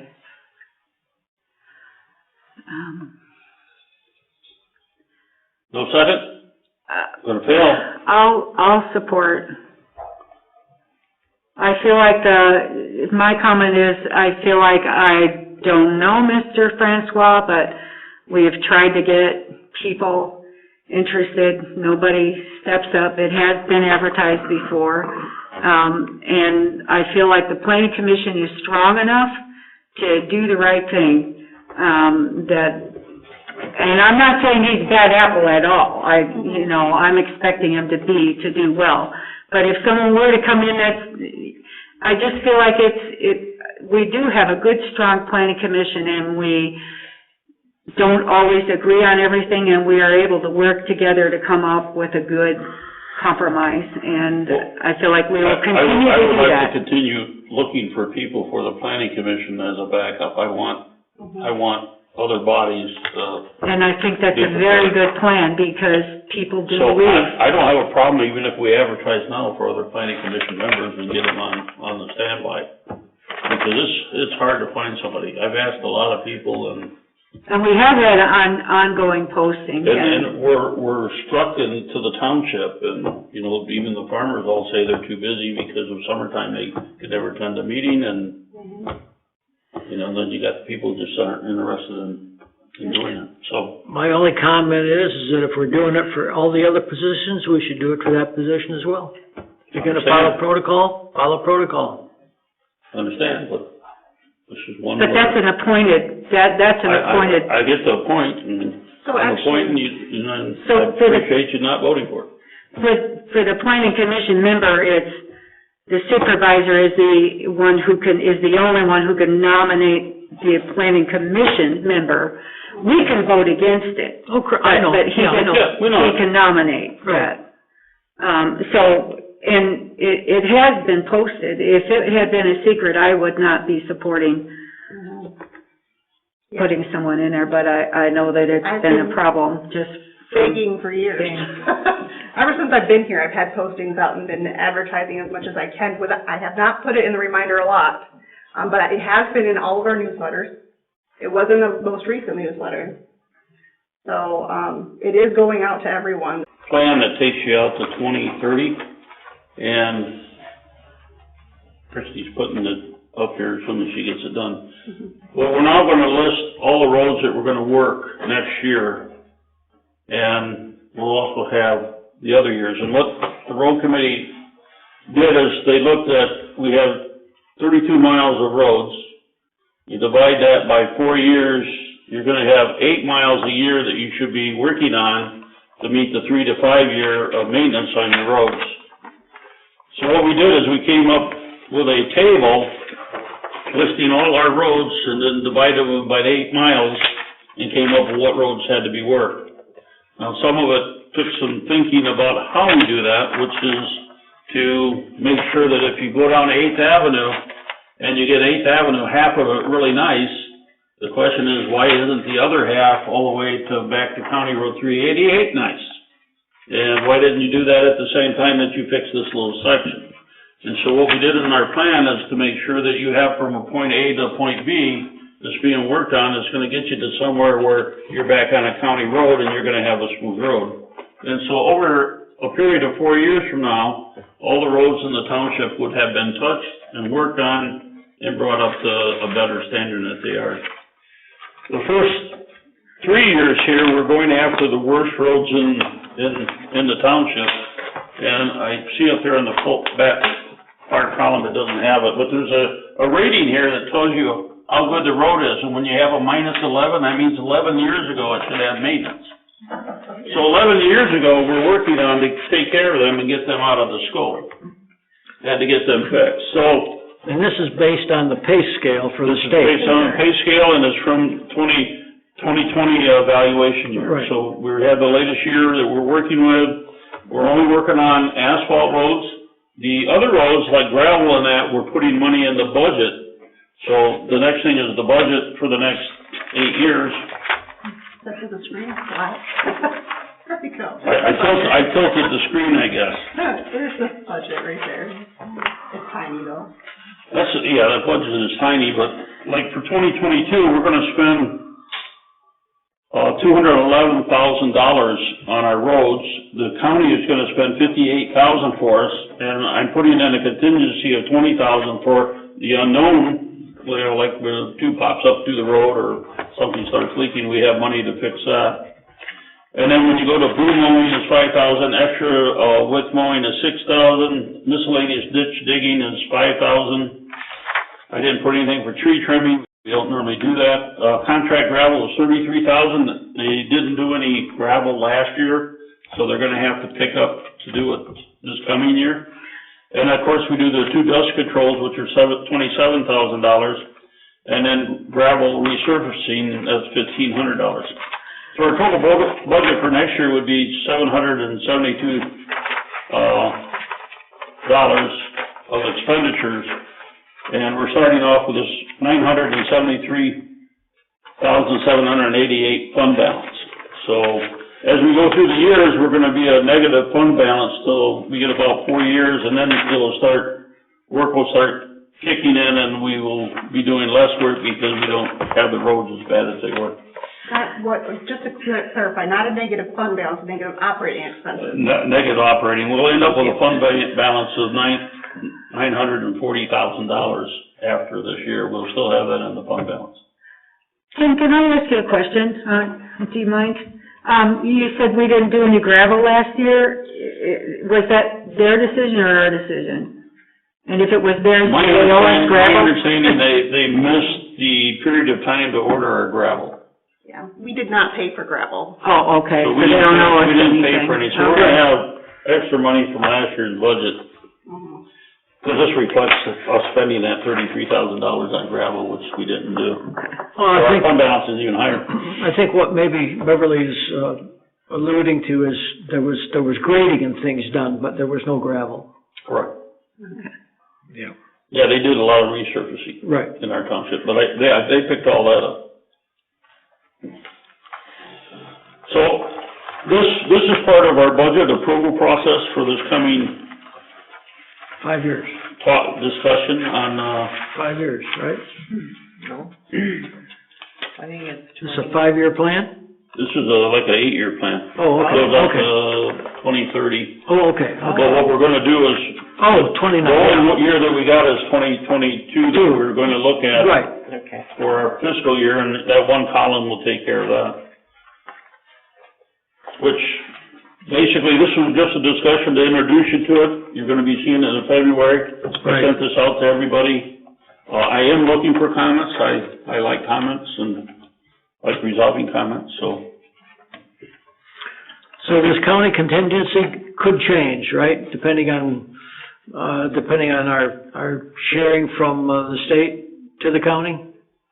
Everything can change, everything's fluid. Even the roads we work on, we may not be able to work on all our roads. No, yeah, but I mean, it's possible this could increase.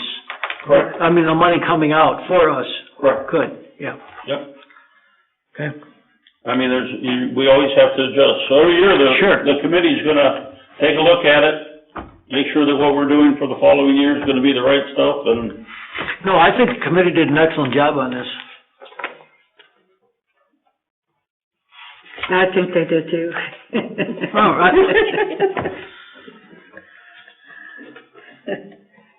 okay.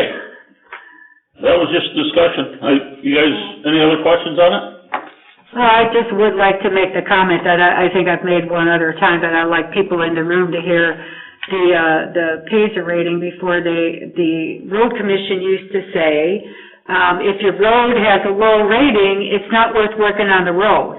And to me, that meant that once your road, if for whatever reason had a lousy rating, your road would just continue to get worse. So it was like someone outside the township was determining which of our roads were going to be good and which weren't. And I really appreciate that we have changing that. Well, we met with the county and the other people on the road committee were there. And we heard that they have little sections of roads that they do. They go from this fire lane to that fire lane, or from this street to the next street. And they have little sections, and with these little sections, they may decide to only do this section, but they don't do the other section. But the other sections have grass growing up in between the cracks. But Yeah. why didn't we do that at the same time? And so, That's what I said with, road leading into Bloomingdale. They did it up to just before the Amish store. Yeah. And then they stopped. Why didn't they just finish the other 1.25 miles? They were already there. That was Bloomingdale Township. Yeah. But yes, I know. so the response of our committee to the road commission was that we are more concerned about getting all our roads into the same condition and maintaining them. Yes. But we're more worried about public health and safety, of being able to drive down our roads with an ambulance or fire station to get where we need to get to on roads that are safe. Yeah. And so every one of our roads needs to be worked on at some point in time. And they look at how many people drive on your road. For every road they have, they know how many people go down there. Yep. And they're using statistics of more use gets better roads, and that doesn't help you in an emergency, so. Yeah, I know 388, when, after that got redone, our road wasn't used as much, because until they did 388, 8th Avenue was like a racetrack. Yep. Okay, let's move on to the budget update. Last month I told you that I was having problems doing the supervisor's budget to present to you, and that I needed some help. And I need help in 3 areas. One is wages, the other one is inflation that I see coming, and the other is in energy or fuel use. Okay, so I have one little update for you that I haven't had a chance to tell you yet. Thank you, I appreciate that. ARPA funds will actually be in a separate fund. The state is recommending that they're in a separate fund. So some of these things that we have in the general fund budget will actually get moved to the ARPA budget. Yep. Did you do that, or I gotta do that? I have started to build all the fund, the numbers and everything. You can't go on vacation till you get that done. They are mostly built right now. What I do not have built are the I have all the revenue ones in. I don't have any expenditure items. You don't need to put them in my budget thing, if you just give me the accounting number and the cost for each one, I'll slide them in. Yep. Yeah, that, I can work with that. No vacation till that's done. And, just to be clear, like, one of the big ones on here was the iPads. Those were already approved as part of ARPA. And we do have some extra ARPA funds available, so there may be some other areas that we can move things to ARPA at this point. Okay, so the budget I'm presenting to you needs to be revised already. You said you needed help, Ken? Bev had a comment. She wanted to see how much each cost would be for wages, inflation, or fuel. So I revised this, and what I did is I put a percentage of 1% in for wages. Now, I threw that out there as a marker due to the fact 1% is gonna be $1,424 increase in the wages if we did 1%. Now, if you did 2, it'd be double that. If you did 3, it'd be 3 times that, 4. But the township board needs to decide if we're gonna do any wage increases, if we're gonna do some selective wage increases, or if we're doing nothing. And, I'm not looking to get a wage increase for the supervisor position. It's gonna stay at its, rate as last year. But I think the board needs to decide what, if any of our employees should be getting a raise based on the economy and stuff like that. The second thing is inflation. It's gonna be at least 5%. I know that. It might even be more than 5%. They're predicting it might get to 8 or 10%. But for our budgeting purposes, I think we could go with 5. That's gonna be a $19,000 increase to our budget for basically supplies and materials that you buy. Probably it's gonna end up with advertisement and stuff like that, because all our vendors are gonna increase in cost. So I only applied that to those. So if you look at the column, you'll see where we're spending money to a vendor or legal services or stuff like that. You'll see money added into that, and that's for the inflation. That's where they got. Not everything gets that. It doesn't get applied to wages or anything like that. Inflation strictly stays to something that I'm gonna be able to put in my hand or a contract that I can have to buy something. Same thing with fuel costs. Not everything is gonna be fuel. I mean, we know that we got electric, we know that we got heat, we know that we got, fuel for the fire trucks, we know that we got, propane. So only those items got hit with a 30% increase, and that came up to $8,500. So the fire department said they didn't want any raises, but they'd like to see the daytime medical responders get $1 raise, and that comes up to $1,834. And what I think is that we ought to have $1 per hour. $1 per hour. What I think we ought to have a tier scale for our daytime firefighters, because if you're a new hire, you should hire in at the $12, because you don't know our township, you don't know our roads, you don't know that. And then you should have tier 2 where they get a small raise. And tier 3, if they've been here longer, they should increase in their wages. It shouldn't just be, you know, everybody gets $11 or $12 an hour. But that would be about the only one that I would say that I think really needs a raise. And that's, $1,834, and it'll be up against the fire department's budget.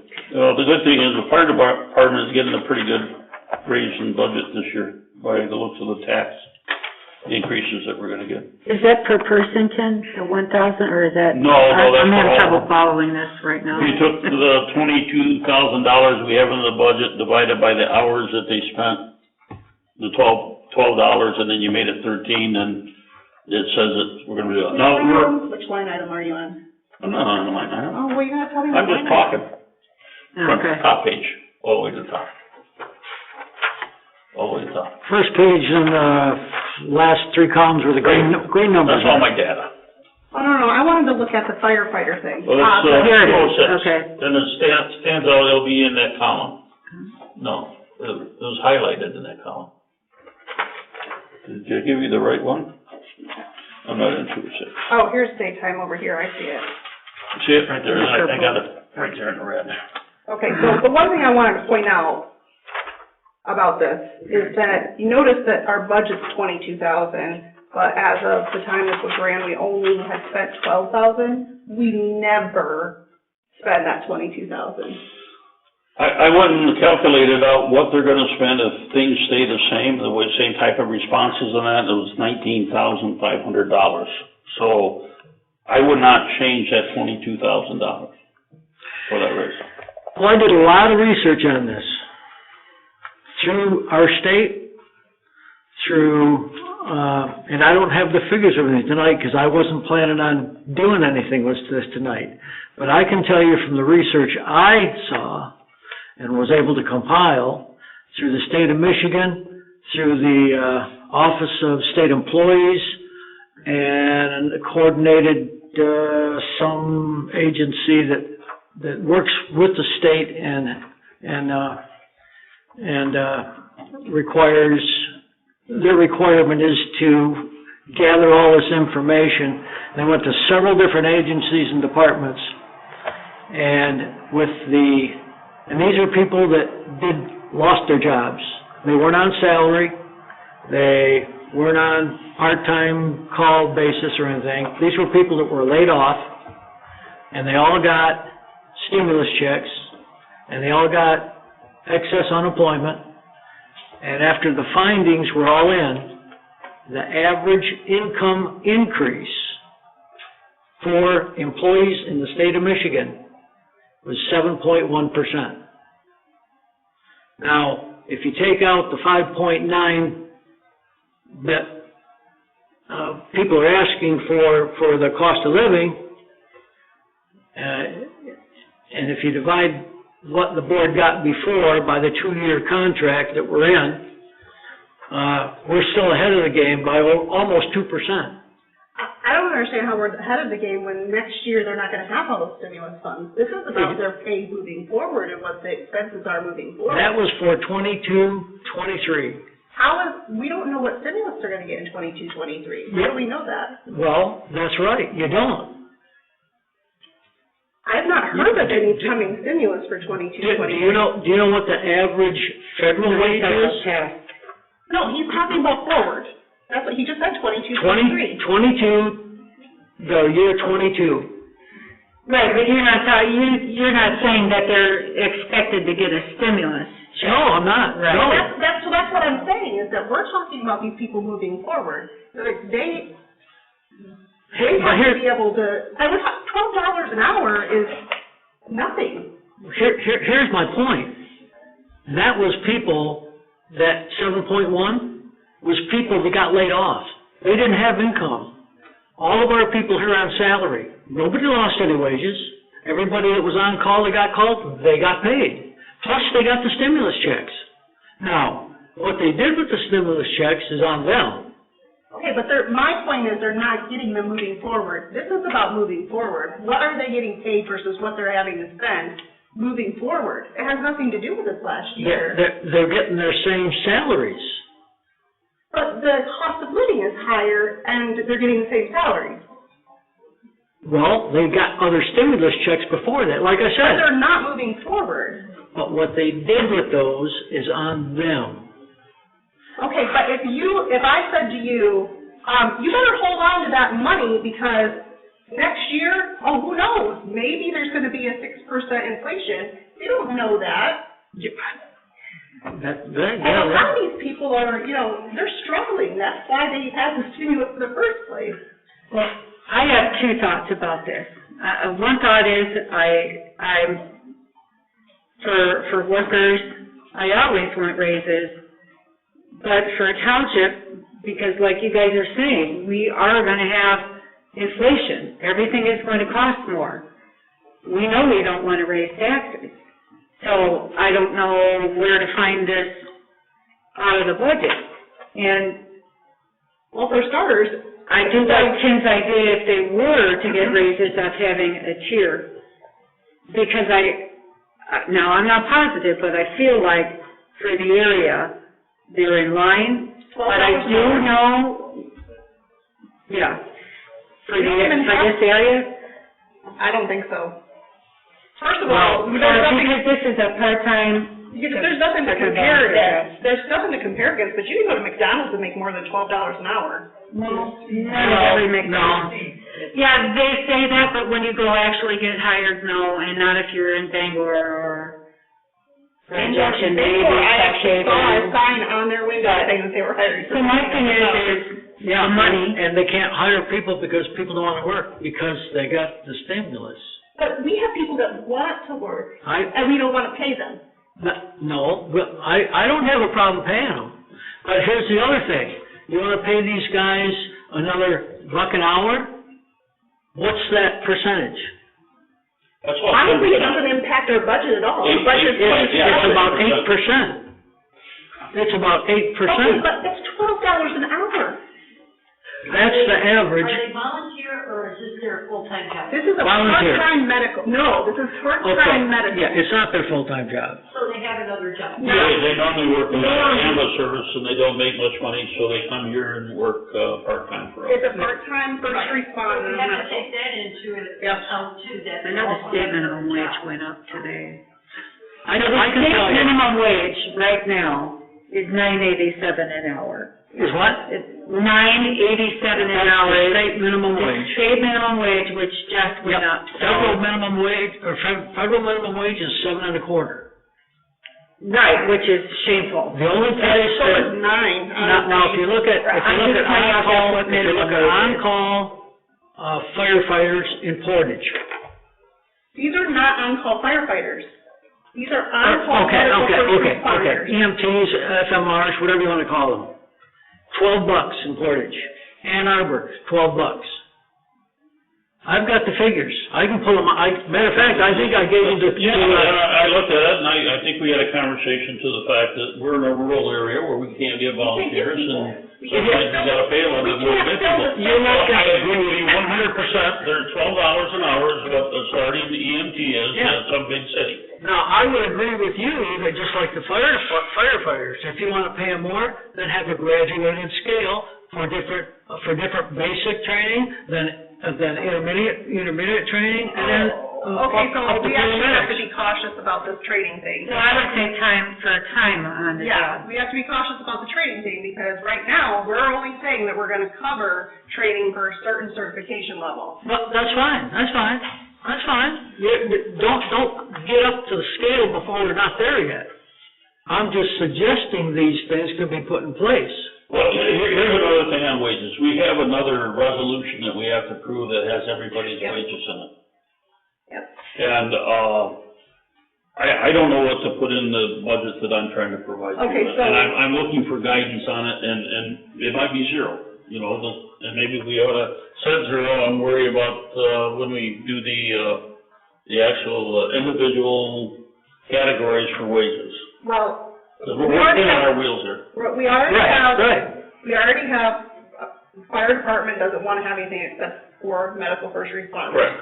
Medical first responders, if we give the $1 an hour raise, is not gonna change the budget. So, Number one. can everyone say that we should give the No, we don't even have to vote on it. Well, and I don't wanna vote on it, I wanna put it in my document, so that we can talk about it more at the February meeting, that I have something that I know that is probably agreeable to everybody. The amount's not gonna change. I know the amount's not gonna change. I'm with you now. Yeah. I don't have to worry about what you do, because Exactly. if we decide to give them a raise, that doesn't gonna matter. So what I wanna talk about is, I'm doing nothing with wages. 3 other employees. One of them automatically gets a 3% raise every year because it's in her contract. Yeah, I wanna talk about that, but not tonight. The other 2, at some point, we need to consider providing them, for longevity's sake, if nothing else, they should be rewarded for being our employees in some way, shape, or form. That's what we're paying them for. We want them to stay. We have to retain employees. So if we don't give them raises when cost of living increases, we're gonna lose those employees. Well, some of those employees are getting more than what they should have in the first place. I agree with that, because look at McDonald's, what they're paying people $15 an hour, and you guys are sitting here saying that you're gonna pay your fire department $12 an hour. Well, do you wanna pay more for it? Really, I think you're hearing us having a discussion up here that we haven't made a final decision, or not gonna make a final decision. But, and I appreciate it, but what we're trying to do is we're trying to get our, well, I don't want to use that word, we're trying to get our thoughts together. I really think what we ought to do is wait till we have our budget meeting. That's what I really think. It would help me if I could just put something in there, but we're only considering the one, it's gonna fall under the 22, and it doesn't matter, so I'm not gonna worry about wages. Yeah. I'm gonna X that off, I'm not doing nothing with that, it's gonna be on the resolution. So, now that we've gone through all that, does 5% sound good to everybody for inflation? I think we need to go through some of them line item by line item, because some of them we will need to increase. Like, for instance, accounting, we won't need to increase. But overall, can I put the 5% in there, and then we can take out the line item by line item at the next meeting? I would put 5% to be safe. If costs are going up everywhere. No, fuel costs, it's already gone up 30%, I expect it to even go up higher. 30% be okay to put in there for right now? I don't know. I mean, I know my fuel costs and my gas costs and everything's 30% increase, even electric. Are all the trucks diesel, fire trucks? Yes. They have no gasoline units? They have, I think one gas unit, but I think they're getting rid of that one. That was one of the grass fire units. Yeah. Who's our propane dealer? I don't remember. I know, Is it American? No, we have Crystal Flash, I think. Who? Crystal Flash? Okay. I know that our propane provider is locked in till May of 22 to, $1.59. So is mine. Does Township do that? Who you got? I don't know off the Southwest top of my Michigan. head. Gotta pay ahead, or? It's the same. No, we don't pay ahead. Who's yours? Midwest. I mean, that's what we have. Anyway, okay. So 5% is good for inflation, fuel 30%? It's not gonna be every line item, only the fuel ones. Okay, I'm all right with those. Okay. I feel better. Because they're not gonna affect everything. Okay, so I'm gonna get you out another one of these right after I get Christie's, data put in here, and then I think we'll be ready to have our sit down, and, we need 5 boxing gloves, and we should be able to take care of it. For the what? 5 boxes. 5 boxing gloves. Oh. We'll be able to take care of it. Okay? So what are we on to next? Yes, I'd like to move on to the next. Fire Department snowplow contract. We got a bid from, Heaven's Rain, that's Mitch Gibson. I was looking through this, the only thing I don't see, and maybe you already have that, is, insurance I have it. certificate and, licensing. His license. Driver's license? What license? Probably, I would think he's gonna need a commercial license for doing commercial plowing. What kind of commercial license? Maybe a CDL one or something? Nope. No. No, not Doesn't need it? drive a Not big pickup enough. truck. Okay. But Well, my main concern was the insurance certificate. Yeah. Yeah, I have that. Who's doing the, it said it doesn't include the sidewalk shoveling or ice removal. Right. The ice removal means salt? Our daytime medical people that we were just talking about are doing that. Are they doing that? Yes, Yeah, they they do are. Okay. Any other discussion? Well, I'd like to say I'm glad they're doing that, because I remember when Dave brought this to the So is this board, it was a pilot thing, and he said, we will keep them busy because they'll have a lot of time just sitting there. I have a list, that I keep meaning to put on one of our, board of packets, and I keep forgetting, of the things that they're supposed to do as a checklist. Good. once it's done for a while. Oh, I was told it was daily, so. Yeah, well, okay. I don't know. They have a daily checklist. Yeah, I know they do. I've been there a couple of times during the day, so, anyway. This is an employee of This the plow. No, he is not. Not an employee. Okay. This station 1 and 2 down here, is that per push? Yes. Okay. What is this in their contract there about, any damages that could cause a ripple effect of additional damages to township property if not repaired must be repaired as soon as possible? All other damages must be repaired by June 1st. Does he mean if he hits something with the plow? Yes. Oh, okay, I've just never seen that in a snowplow contract before. Probably good thinking on their part.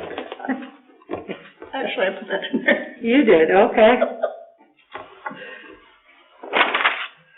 Okay, can I get a motion to approve the snow plowing bid from Havens Rain as presented?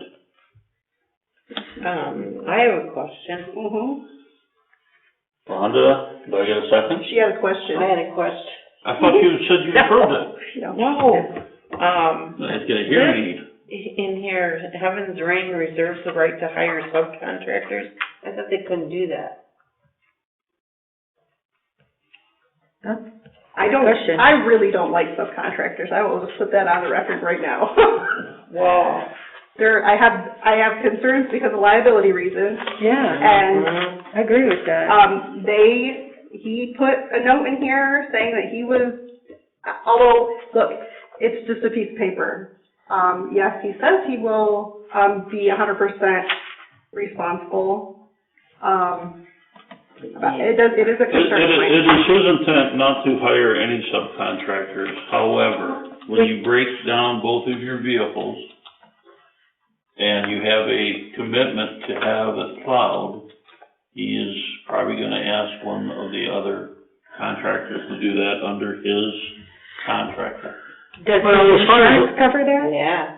As far as the liability issue, We know. What? if you went after the subcontract, actually, our contract would be with Rains or Heavens, where this is. So we go after him. So, We would cut, yes. so he would be the person. Whatever happens to him and subcontractors on him. The only issue is his insurance may not cover it, so that may mean we're going after him personally. Right. Yeah. Which it can does be get let out pretty of messy. turn. Yeah. And Station 1, is that in town? Yes. I'm sorry. Yeah, Station 1 is one in town. And I thought that was just a storage building. Oh, no, they use it. Okay. So I thought, I lost my train of thought. Thank you, Beth.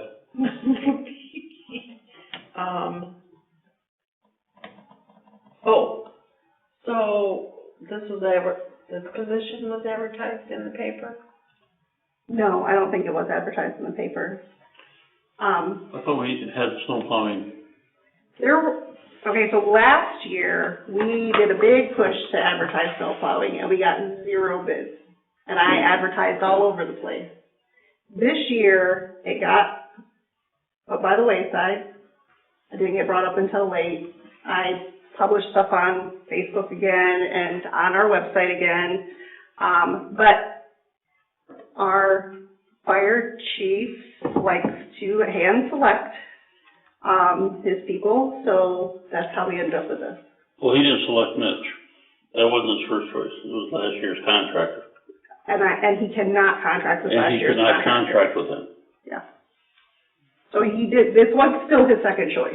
Yeah, this was his second choice, and his second choice was because he's a firefighter and he had been plowing for the person last year anyways, as a driver, so. What about our plow person? That's what I said. I think he would be willing to do it, but, He had issues that we could not resolve, did we?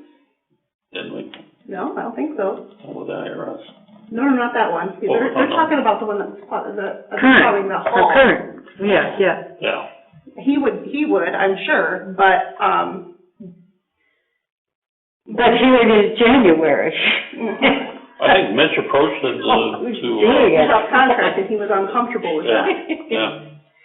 He reached out to me because Mitch reached out to him to subcontract, and he said, well, I thought you weren't allowed to subcontract. And I said, well, yes, that's what our bid packet says. So the one that does the hall can't do it? Oh, I'm not saying he can't do it. What I'm saying is that he is not comfortable with subcontracting it. I think he would be willing to do it, just not as a subcontractor. So he would want to bid. Yeah. But here we are, meeting in January, we can't wait until February to get another bid. That's part of the problem. Is $125 reasonable for Station 2? That's what we paid last year. Yeah.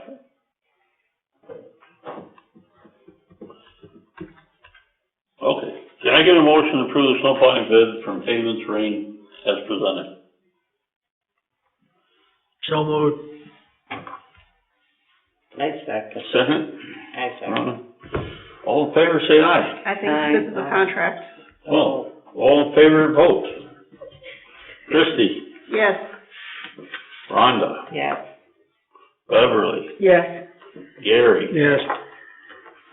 And Ken, yes. Pass. You can sign it right now. In red? No, not with that pen, that pen's That's terrible. I'll sign it with, Okay. Here. I'll sign it later. Okay. Okay, let's move on to H7, the cemetery update. 9:30. I know. Let me be really quick here. Jeff was in the other day. We had a situation in which he was called to do a burial, and the family said they wanted the woman to be buried next to her husband, who was already buried in the cemetery. And he looked at his charts and said, well, that plot's already sold. So he reached back out to the funeral home gave him, talked to the family said, just get her as close as you can. So he buried her diagonally from her husband, and then he came into the hall to go. If he had uploaded this information, we would have found the error. I do want to state, I know that it keeps being brought up that we do GIS. GIS is very costly. It's $20,000 plus, just to get started with it. And it's not, I've talked to Jeff about this too. Jeff does not feel that it's going to be of benefit to us. So anyway, we continue to have problems. There continues to be a stack of papers that are completely unorganized. There's no rhyme or reason for anything. You can't find names of anybody in them. The only way to try to find a name of somebody is to literally go through every single book, every single sheet of paper. And it's not effective.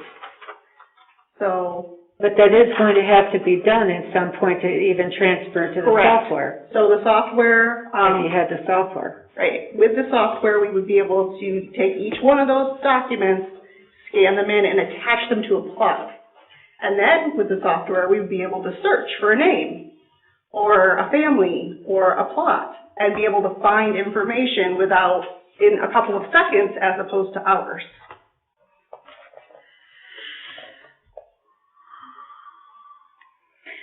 But so instead of scanning them in, if we put them in an Excel spreadsheet, couldn't we manage it that way? It's in an Excel spreadsheet right now and it's all wrong. But somebody's not doing what they're supposed to do The thing is that we somewhere. still have to have the documents somehow organized, and it's nearly impossible to do that in the format they're in. Feel free to come and look through them and see if you can come up with a better idea. My only comment is again, we've got to stop the bleeding, okay? What I would like to do, and I've looked at it a little bit, is check with GIS mapping. You See mean what the their county? costs are. What? It's going to, I'm telling you, it's very expensive. Antwerp Township did. So what are we gonna get out of it? That's what I wanna know. Well, that's what we look into. I know what GIS mapping is, I just don't know how it's gonna benefit how it's gonna solve our situation. Well, I don't either right now, but that's what we're gonna look into. It's the same thing we did with looking into grass rate and stuff. We don't know what's gonna benefit us or what we need or anything else. GIS mapping is just gonna tell us, there's a plot here, there's a plot there, there's a plot there. It doesn't have anything to do with our current records. Nothing at all. Will it be able to tell that there's well, neither GIS is going to say, so we have this land division, it's a land division plots, okay? They're on a map, and GIS will say, yep, this is where the map is. And that's where the map is. And it goes from records, right? Because the GIS mapping, like on our lands, like on our parcels, goes from records that are in the township. It's not like a satellite is looking and making this map, right? Correct. It's like an X-ray. It shows you where the walls No, are. that's not GIS. Well, using a LiDAR. Yeah. And that's really Hardwick and Antwerp Township used it, and it's nice. You can see everything. Yeah. And then they loaded that up. You're going to have to do the same thing, going through the papers to match these plots anyway. I didn't realize you kept saying GIS, so I thought you meant GIS. Sonar is completely different. I'd love to do sonar. Very expensive. Just find any remains that are... That's my comment. I just don't feel comfortable bleeding more here. I just don't. ARPA funds can cover it. Well, ARPA funds can until they run out, and then you have to do upgrades, and there's annual fees with this. Yes, there are. So, I did a spreadsheet of what in your plan here that you have of what's costs what and what's an annual fee and what's paid by ARPA. And after the ARPA funds are used and you take the annual fees for all of these different modules, if you want to call them, or pieces of puzzle, you have an annual fee right now until the costs go up, because this goes up, it can go up 2% or after the first 2 years. Anyway, my point is, I have ongoing annual maintenance starting at about $5,000. Okay, so then this is my proposal. I would like to get rid of the video streaming so that we can have this. Video streaming costs us $3,500 a year. This will cost us $5,000. Video streaming is transparency. I don't think you can compare the two. Right. Video streaming is not a statutory requirement. I know it's not statutory, but it's good practice. Good records are statutory requirement of the board. Well, I don't think we should get in an all or nothing situation. Well, that's what I'm saying, is that we have to make sure that this is a priority. This is not. How many years has it been that we didn't have this? Forever. Then what's another month or two? That's what you said last time we talked about it. What are the annual costs? What is the annual fee on it? $500. $500 a year? And that would be the annual fee? Yep. And what about any other costs? What other costs? I don't know. I don't know enough about this. I know that you have to, so the $500 is to license your software, right, every year? Mm-hmm. And to provide support. Mm-hmm. Okay, and what do we, is this part of BSA? Yes. It says right here, Bev, that the annual service fee is $525, and after 2 years, BS&A software reserves the right to increase the annual fee for no more than what the yearly consumer price index is. So it is going to go up after 2 years. It's a given. It's written in here. And the other problem is anything with electronics, you know it's going to go up because you're going to have the software upgrades. In the dark ages True, forever. Here's what I feel about it. If this money could come out of ARPA funds, it's a windfall. I would rather the township use ARPA money for something that benefits the township. The $500 fee, the $525 fee,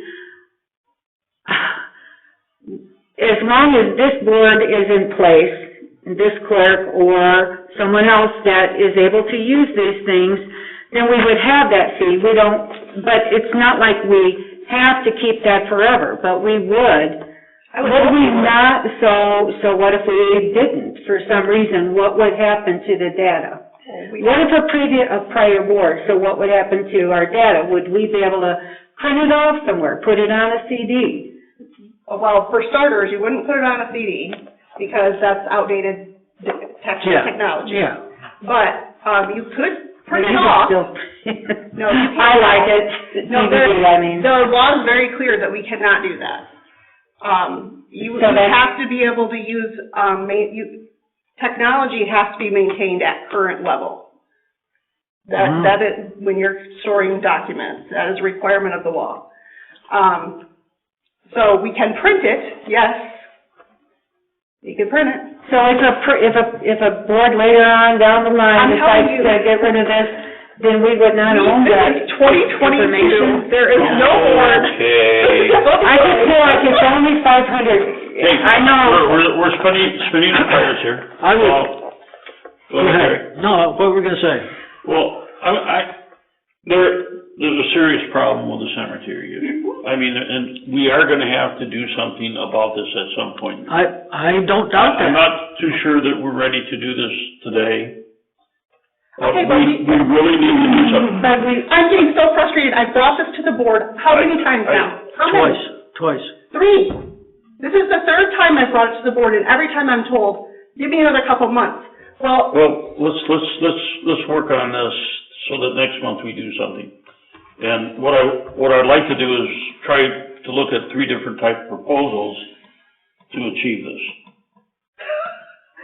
I tried contacting Quantum. I tried contacting Let's Speicher. get it down where we got it right in front of us, that we've looked at this won't work for this reason. No, you don't understand. I can't get them to call me back. Wait a minute. How many plots are in the cemetery?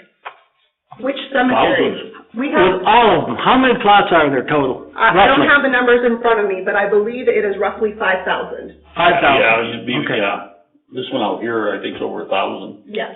Yeah. And then are there records somewhere where it's kept at somebody's lot? They're in a box. Pile of junk. They're in a box. Yeah. Yes, I have a pile of Like junk. your shoebox receipt? If you'd ask for spare time, you could come and take in. Christie, you give me the names of the people you contacted, and I'll do the research on it.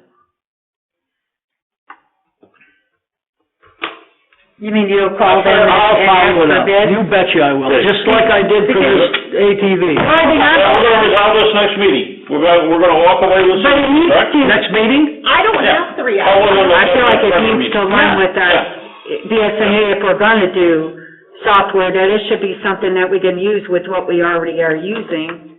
I like the idea of staying with BSNA just because I like their support. I know I can get a hold of them. I know. Which means a lot. It means a heck of a lot. I'm with you there. I think BSNA is probably our best choice, but we ought to look at other. The other issue is that Ponta won't even address our stuff unless we have all of our maps, which we don't. We don't have all our maps? No. Give me a list. What happened to our? Give me a list. I don't know. Meanwhile, I'll get a hold of it. Here. They're not all here. The dingle guy. There you go. Who moved out? Okay, I move you're not gonna like this, but I move we, postpone this till next meeting.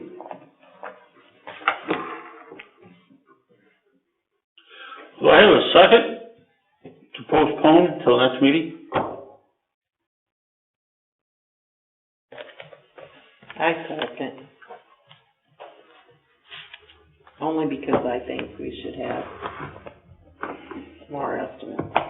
And I've gone over that 100 times with this board. I have tried so many times to get estimates. Give me a list. It was like when we were looking for BS. Give me a list. Meanwhile, We'll get to it. Meanwhile, I'll check with Antwerp Township. I'll call the supervisor there that I know, and I'll get some information from him. Well, get the information and quit telling me to wait a couple months. Just give me a list. I don't know that many, Gary. I know a couple, BSNA and Pontum. That's what I know. Okay, well, but what you said about GIS, and what about, GIS has nothing to do with this. Right.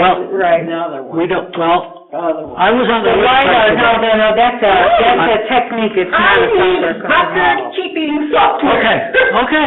Okay. That's what I need, record-keeping. We have a motion, and there was a second? Was there a second? We have a motion and a second. Okay. And then all in favor say aye. No. I haven't got to know yet. All in favor say aye. Aye. I got an aye, got two ayes.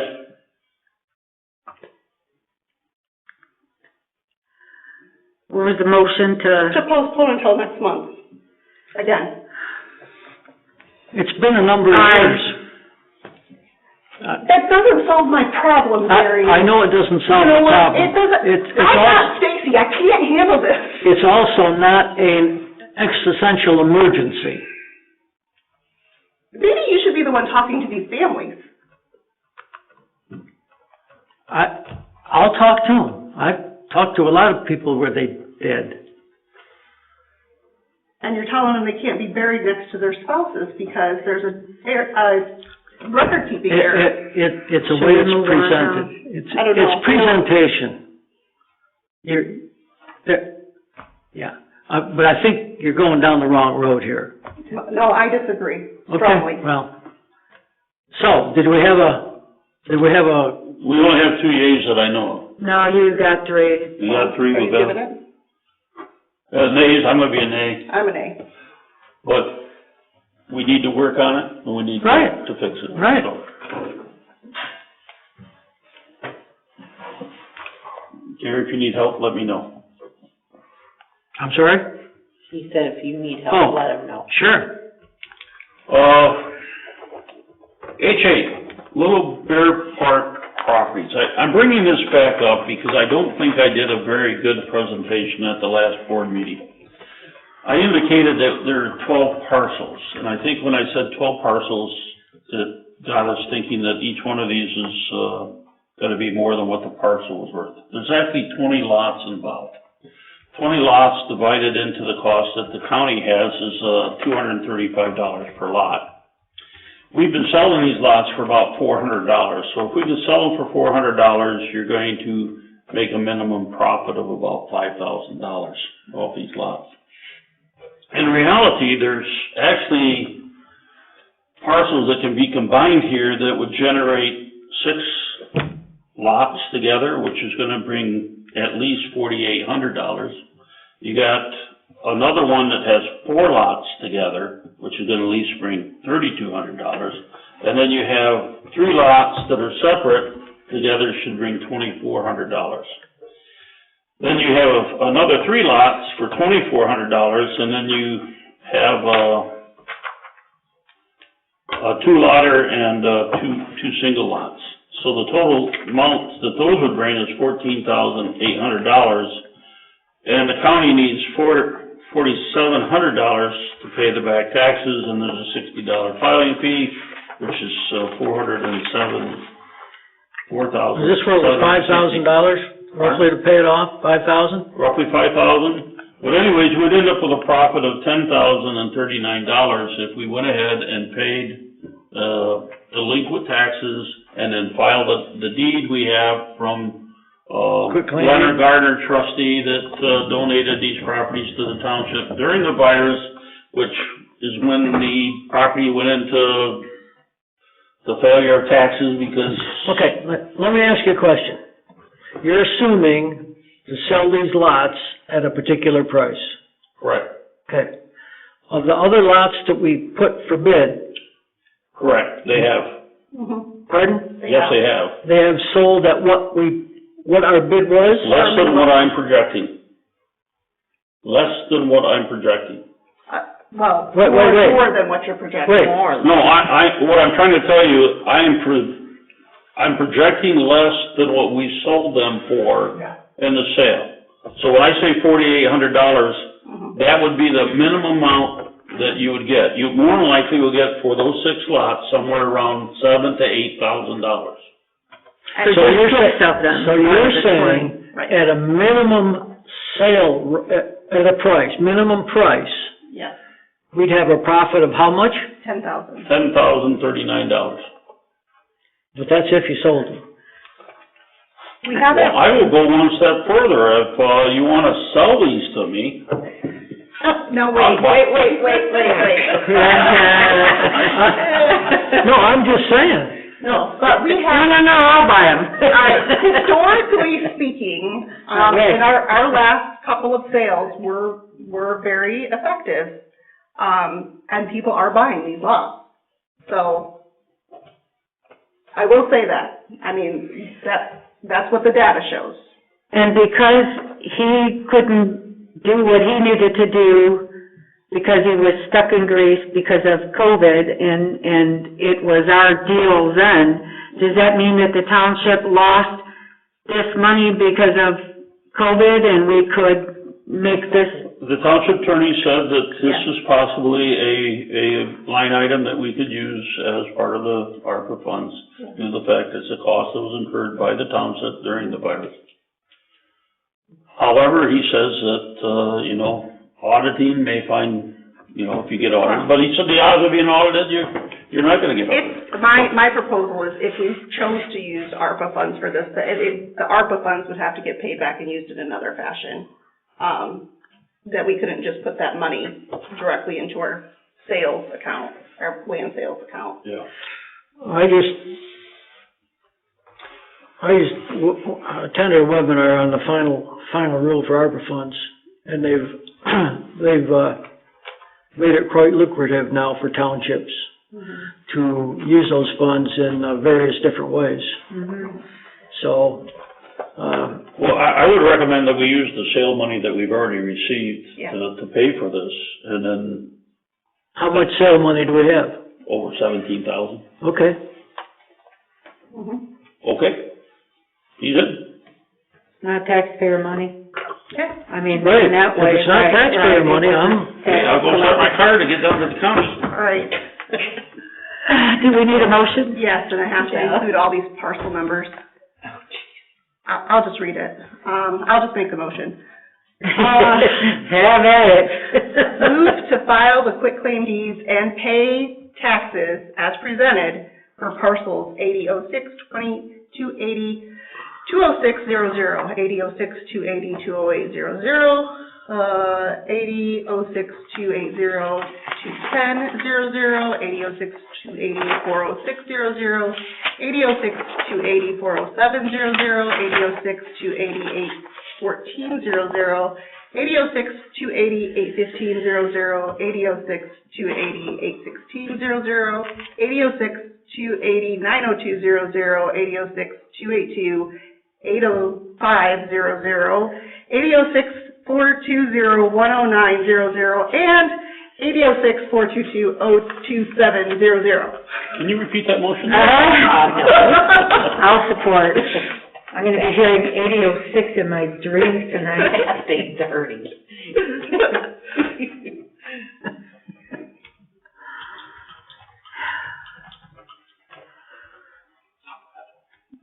Said stop laughing. You cannot stop laughing. I can't stop laughing. Roll call. Roll call vote. All in favor, say aye. Roll call. Roll call. That's different today.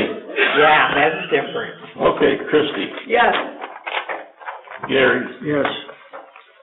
Rhonda, Yes. Bev, Yes. and Ken is a big yes. I did. Okay, done with 8. 9, fire department UTV purchase. Gary, you're on. Okay, when I saw this first quote that was presented, I thought it was a little much. So I decided to have Ken and I make a date and go and check with Covert, because he was really nice he really likes Covert's, UTVs that they've got down there. So we went down there and visited and looked at it, and I asked a bunch of questions. And, based on that, then we stopped at Vanderzee's Motorplex in South Haven, talked to Joe there, who designs these things. He sold hundreds of them. Matter of fact, he just put one of these together real similar to this that I'm going to propose for Bangor and South Haven fire departments.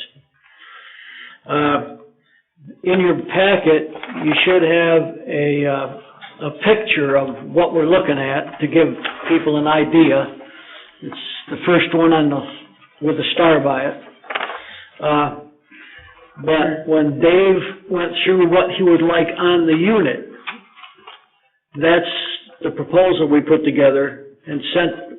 One was online, the other one was Leaders, and that's a Polaris machine. Vanderzee's is a Kawasaki.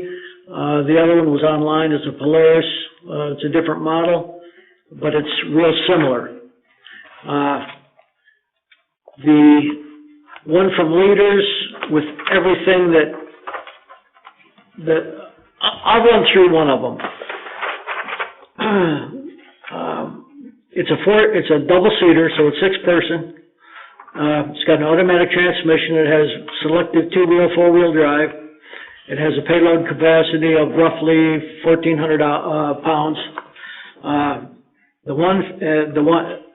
The equipment that Dave thought he would like would be a poly hard roof, a glass windshield, which is tempered. We asked about a plexiglass windshield, and the glass windshield is actually better. It's stronger. 4 LED roof lights that are adjustable that you put on for the 4 corners. A 10-inch multi-flash bar, like a light bar that cops have. A skid unit with a water tank and a hose to put out fires. A trailer to trailer this thing behind the other unit. $200 worth of lettering, and in some cases shipping and handling. The Polaris from Leaders has a 1-year warranty and has approximately a 6-month waiting period. Okay? That cost was roughly $2,800, $27,997. Vanderzee's is a Kawasaki, has the same equipment on it. That has a 3-year warranty, and that is about $25,000. So it's about $3,000 less. The Polaris online has a 1-year warranty, 6-month waiting period, comes out of Minnesota, their corporate headquarters, and that came in a little bit less, not quite $24,000. So the Vanderzee's is about $700 more than the other Polaris, but both Polarises only have a 1-year warranty, and there's a 6-month waiting period on each one of them. So my proposal would be, Vanderzee's has a 4-week delivery date. He said 4 to 6, but 4 weeks is probably the best. So they're ready to go. And like I said, he's done hundreds of these, and he just completed one for Bangor and South Haven that's really similar to this. Vanderzee? Vanderzee. When we talked to Covert about their unit, I asked him how long they've had it, and they've had it since 2008. And I said, how many hours do you have on it? And they said 90. So if you do the math, that's 6 hours a year. They made their own water tank and skid unit and pump on the back, and I said, how big's your water tank? And they said 35 gallons.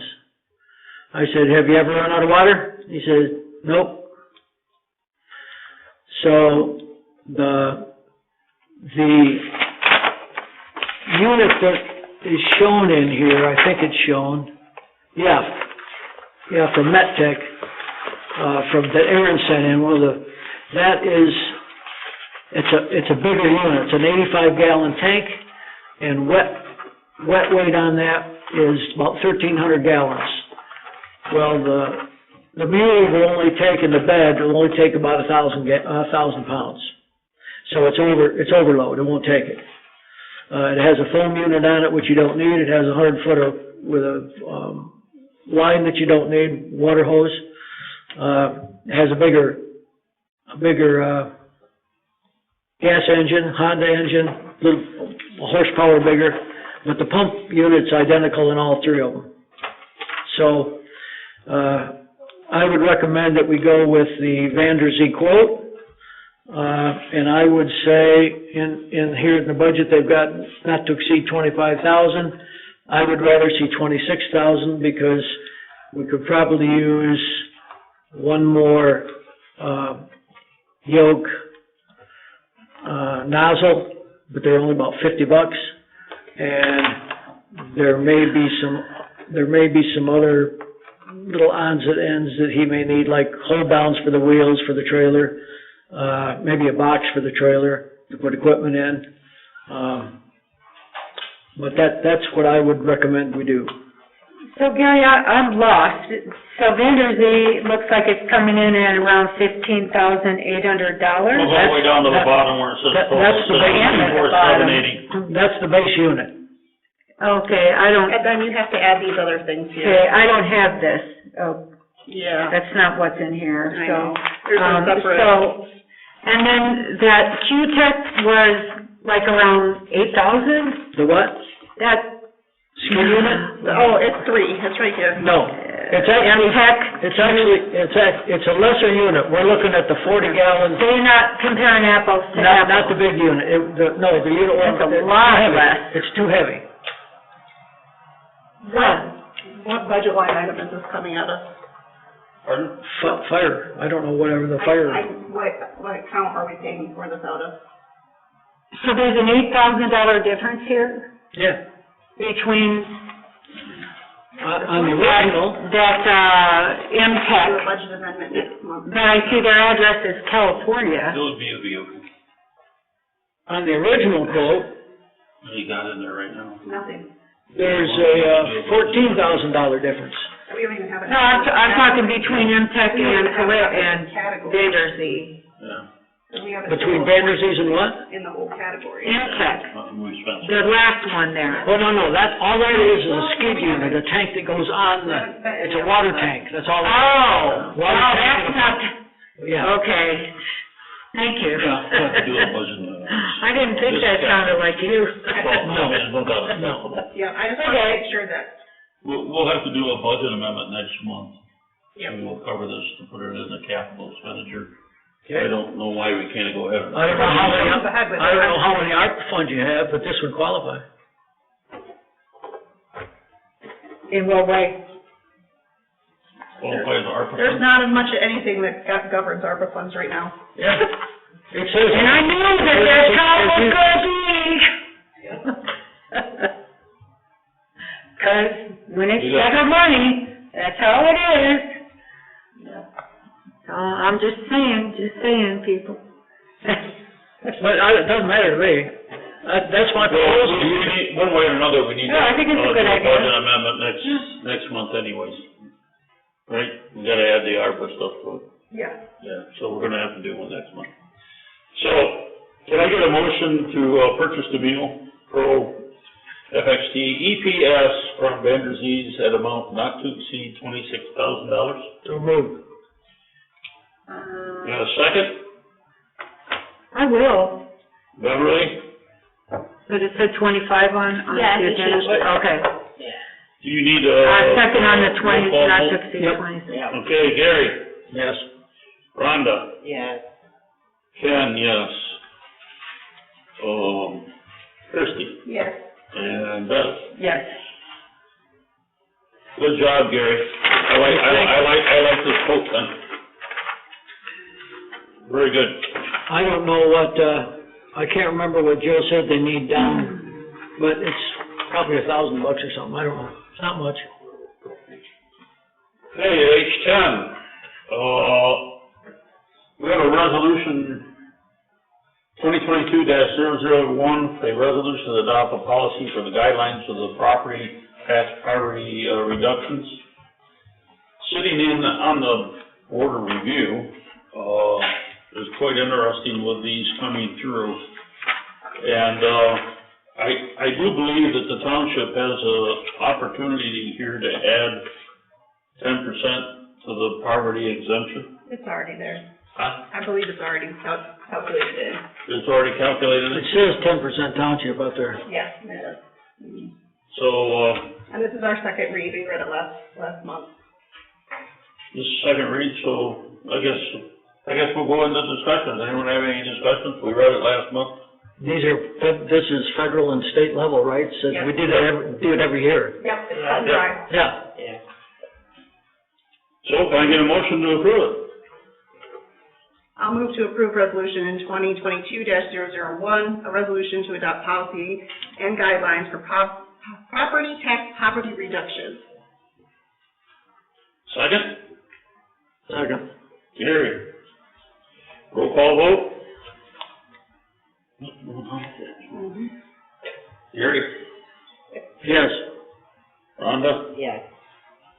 Christie? Yes. Beverly? Yes. And Ken, yes. The next one is the resolution to adopt the ordinance 2022-01, an ordinance to reaffirm the board's control over the emergency service department. This was also first read at our last meeting. And I didn't get any comments back from anyone on it, so is there any discussion? I have a question. When I read through this, the only question I have is, under section 2, paragraph B,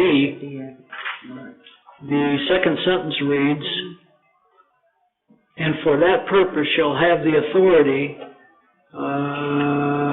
to use general funds to initiate the creation of a special assessment district and levy assessments, sell bonds, establish user fees, or raise revenues in any other manner provided for under law for the operation and maintenance of the department. It shall provide for payments of any debts incurred incidental to its continued operation. It shall purchase necessary equipment and/or construct public buildings for use incidental to the maintenance and operation of the fire department and emergency service departments." I have a problem where it says, has the ability to use general funds or any other revenue, when the top half says that hereby established by the Columbia Township Fire Emergencies shall be known as a department, the township board shall appoint such persons, exercise training, education, so and so and so. And then the last one on C says, the township board shall annually approve purchasing limits for the fire chief that do not restrict the fire chief's ability to complete routine purchases, and falls within the limits of the approved budget. So that whole section in there, I don't even think you need, because you already given approved to the chief to buy equipment and to keep the department running. The middle section is saying that we're going to give them a budget. That's what the B says, is that that we're saying we'll do a budget every year for them. That's just saying we're doing a budget. That's the millage rate that we have coming in, and we do a budget. Yeah, I know. But it also says raise revenues, and the millage coming in is actually a special assessment that you put forth in the police and safety. This section was part of the original ordinance to be able to establish a fire department originally, and it's still in here. Okay. Yeah, it's not changed. We're actually amending the original one by adding things that are new to the, something that 1999 has changed. Exactly what I'm talking about. And what we're doing is adding the changes, like the, emergency manager. We had to add the EMS portion of it and the rules on that to get this up to more of what we do today. I mean, we're actually doing things that really isn't part of this ordinance, or it wasn't part of the original ordinance, but is now part of this ordinance. Okay, that's the only issue I had. And that's just a way to generate money, which they've already done through the military. Really B is just about saying that the township board has to take care of the fire department. Yeah. Okay, all right. And there has been money transferred from the general fund to the fire department to cover purchase of equipment in the past. It's paid back. Well, no, some of it, they just took it out of the general fund when they had a lot of money in the general fund. In 1999, we did it. Okay. We didn't have a fire budget in 99. I know how that went. It started out with 3, and yes, it was. Yeah. That's why it was reduced. Yeah, I know. Yeah, it was ugly. Okay, what are we doing with that? You need a motion. I did notice one thing when Yeah. we were reading that though. There's a missing D. There's a missing what? D. At the end of that section B, it says operation of a fire department and emergency services department. I think that's supposed to be an and. So I'm just going to say, can we amend it to include the D? Where is this? The very last part of that section B. Section B, B2. in the last line, 4 words over from the end. Yep. A-N instead of A-N-D. Oh, yeah. Yeah, I saw that before, yeah. So, I got a question. Mm-hmm. So, their driving records, who's keeping track of that? Are we? There was some recent ruling by the state. The state was sending us those updates regularly, and then something, I'm the wrong person to ask. I just remember there was something that happened that prevented them from sending those to us now. Where were they sending this? Driving record statements. Because there was an issue with... You mean for the personnel? Yeah. Driving record? Yeah. Well, I thought we were going to our deputy sheriff and having a background check on drivers. Oh, in the fire department and... Employees that we hire and stuff like that. Okay. My personal opinion is you should do that, and you should also have random drug screening. Well, maybe that's something we need to talk about in the future is policies on driving records and drug screening. Yep. And that's gonna be a can of worms with this new marijuana stuff. Well, You have the right to. Well, it is marijuana, it is not legal to drive while you're impaired. Right. And you can prevent that. Yeah, you can you can. Yep. Okay. Can I get a motion to approve resolution 2022-002, a resolution to adopt the ordinance 2022-01, and an ordinance to reaffirm board's control over emergency service department with a correction to... 001. No, that's right, he's right, because the ordinance is 01, the resolution is 02. Yeah, this is, the other one was a resolution. It looks, I know, it looks a little funky, I'm sorry. Are you making a motion just for one at a time, correct? It's just one. Yeah. So making a motion to approve the resolution, including... I'm tired. Adding the D to the, one word. Yep, with the amendment. Okay. Someone make that I'm looking for motion? someone to make that motion. I'll make that motion. Okay, Bev made the motion. Can I get a second? I second. Rhonda seconded. Roll call vote. Gary? Yes. Rhonda? Yes. Christie? Yes. Bev? Yes. Ken, yes. Moving right along. What should we just do? We're on new business finally. Hallelujah. Hey, Hunter's probably gotta go potty. That's like at home with the online meetings, even though they were online, I still couldn't get enough time to be able to make it back, so They have to post and hold it. New business item number one, Bloomingdale Communication requests to install fiber optic cable on township-owned property. And they need, permission from the township to do so. And they got a form for us to sign. I say no, they should put it on my property instead. Can I get a motion to approve their request for fiber optic cable installation on township property? I'll make that motion. Beverly made the motion. Can I get a second? Ask them if they'll give you free fiber. Are you? There you go. You making that second to that motion? I have a story about Bloomingdale Communication. When I lived on 388, they wanted to put their telephone box and everything on our property. And Steve says, you'll have to talk to your wife, and I told them no. And they said, well, what will it take for us to be able to put it on your property? I said, free cable.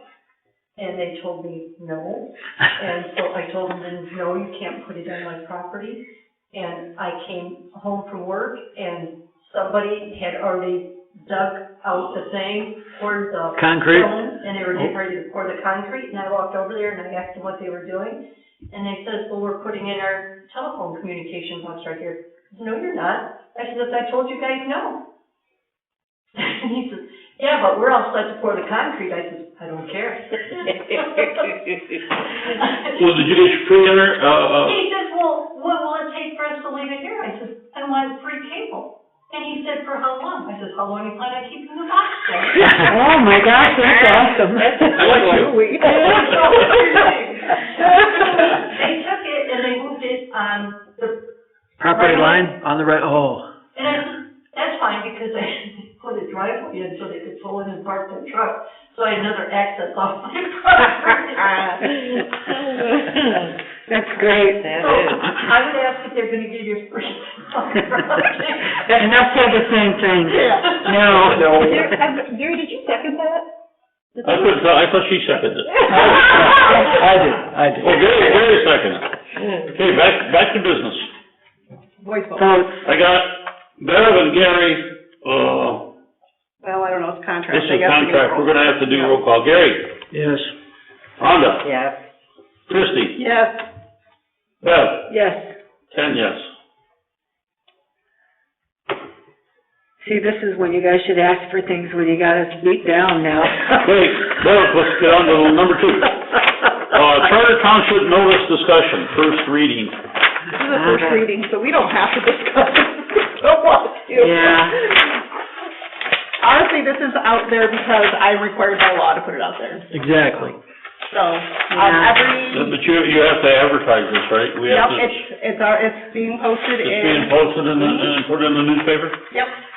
So you're doing all the stuff it said we had to do? I'm doing all the stuff it says we had to do, so at our Okay. next meeting, we will need to make a decision. Yeah, it's. We have to have a hearing on this, right? Huh? We have to have a hearing on it? No, that's only if we decide to change. Even then, we don't have to unless there's a referendum. Right. Oh, Okay, but people could come in and object to it or something like that, right? Yeah. Or request it? Does it have to go to a vote?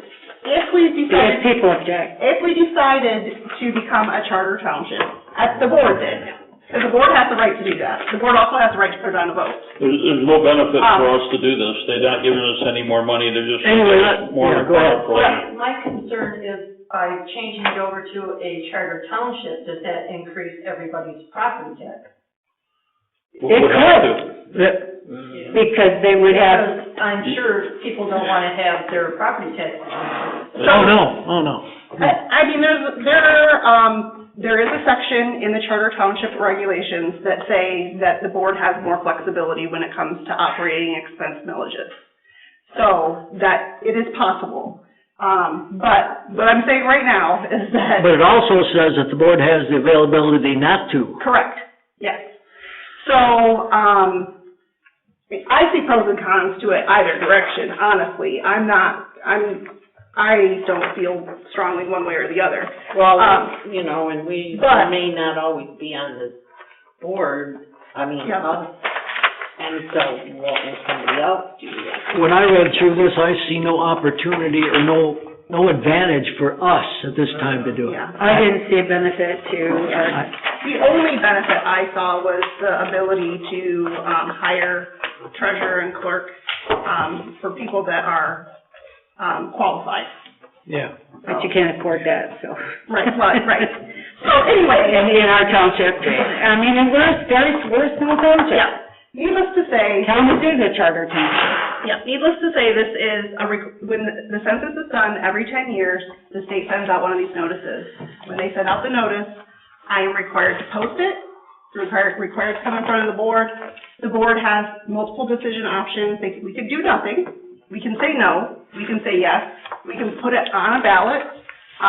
If we were to say yes, then it would stand unless the citizens did a referendum. So there are multiple options. That's all I'm going to say. Okay, moving on. I-3, board table discussions. You know what that means? Anyone know what that means? We want to talk about this table. Oh, the actual table, okay. The actual table. Yeah, this is a monster beast. This is a monster. When we have people come in here to use the township hall, it's inconvenience for them. And the question is you want to keep it? Should we get rid of it? Should we go have tables up in front where we sit at tables? Or... Did you cut it down? Pardon? Can't we cut it down? So. Yeah, we can torch it. Okay, now I will just say that recently Ruth and I became very intimate with this lovely table as we were trying to prepare the hall for people to come in here, and there's lots of grime underneath it. So as we were cleaning, I was able to see a lot of what is all sitting here. And cutting it down is not really realistic. Well, what are we gonna do with it? Well, you can't even reach for it. What would we replace it with? I guess that's the first thing we should think of. His proposal is that we replace it with tables that we can fold up, and we can put a cloth on and say, this is the board table. And, okay, so then what about the equipment and stuff? In order to do that, we would need a small cart that we could put all of the electronics on, so that once we're at the table, we could separate out the mics. Okay, one thing I want to say about tables before I forget. Money or not, at some point I feel like I wish this board would think about replacing these heavy, awful tables, because it's mostly women here that have to unload, those things are heavy. And we could get the lightweight plastic tables that people could actually. Ruth and I hurt ourselves all the time. My personal thought is, leave it like it is. You got your electronics underneath. If you get rid of it, you got to use the stage material. You got has to be done away with. Everything else, you got to move a lot of stuff. And if people can't reach across the table, that's not all bad if they want to punch you in the mouth. Okay, Robin, what's your thoughts? We got Gary's. I think we should just try to cut it down. Okay, we got chainsaw. Like a Christmas tree. Cut it down. Like a Christmas tree. From that end to that. Bev, what's your thoughts? Well, I don't know. I feel like. Bev doesn't. Oh, yeah, I've got a thought, okay? I'm gonna partially agree with Gary on it. For now, I just feel like it's a thing for the future. But I think more importantly is the lugging of the setting up the tables in the hall. That's a hardship on anyone who's here doing that, unless they're a muscle guy. Okay, well, we're talking on this table. Right, but it said table, board table discussion, so I'm discussing tables. Tell me what your thoughts. Do nothing, do something, think about doing something. I say think about it. Okay, she did thought. Christie? There are some things I like about having this table, but the one thing I don't like is the inflexibility of this table. Yeah.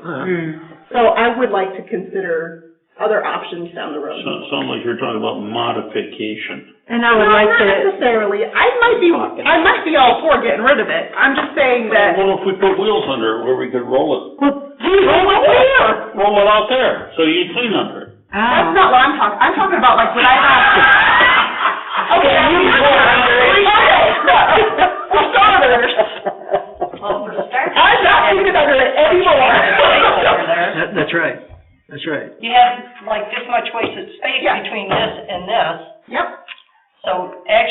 But it's not always wasted.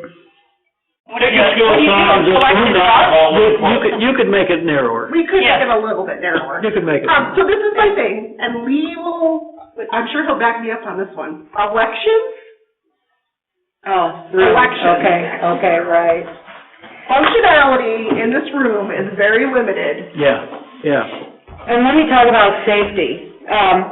If this hump, the thing that, the riser that we're on, it has always been a bother, not to me personally, but because I see it as it's a fall risk or a tripping risk. And then the other thing I don't like is we're sitting up here, but then that is practical because then everyone can see it. You could narrow this down and put the chairs right on the floor. Softball? I think we can move the height of it, I don't know. Well, yeah, because you get a little, but anyway. Actually, you could cut it here instead of cutting on that end, cut it this way, cut the curve off. Get rid of this divider thing, you can put your names right in front of where you sit. Right. You don't need a big Right. show off. This is being held up by that right now. Nameplate. We used to just have folding paper. Oh, okay. Fell off all the time. Okay. I'm glad we upgraded. Okay, we done discussing that? Yep. Well, I think we'll, save that for later. Now is our last time for public comment. Let me see, we got 3 left. We haven't happy. First off, I want to thank you all for finally going back to a live audience, man. I hate this Zoom meetings. I hate this. I'm sorry that Kathy isn't here, but I gotta say, I get to see who's in this town office, because coming out of my road down here, I can see people parked in here, and the amount of work that people show up to do at these crazy hours. Me personally, I was tickled to death to see you guys get a raise. And I know it's not popular, and I know that there are all the arguments, but you guys are not paid enough. You just aren't. And if people would sit here and just listen to what you had to deal with tonight, they would have a greater appreciation for what you're doing. I mean, Gary, the work that you did on UTV, I know how hard that is. I know what Christy does, because I've been in there helping her, and I know what the rest of you do. And I know what you do, Ken. I personally am very thankful for what you do, and I'm really pleased with this board. I really am. I was doubtful when it was elected, but I'm really pleased with this board. I think this board's done a great job, and you guys have put up with me without complaining, and I really appreciate that. Thanks. They just don't tell you. I'll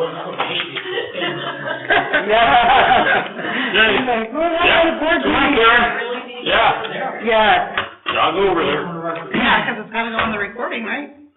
And wouldn't be a meeting anyway if you didn't comment. I don't always say much at the end. Just a couple of things as you were going through. When we were on the zoning enforcement topic, I know there was talk about how many hours because of the enforcement. But then I thought the zoning enforcement officer was going to do some of that. So I'm not positive who's doing which work.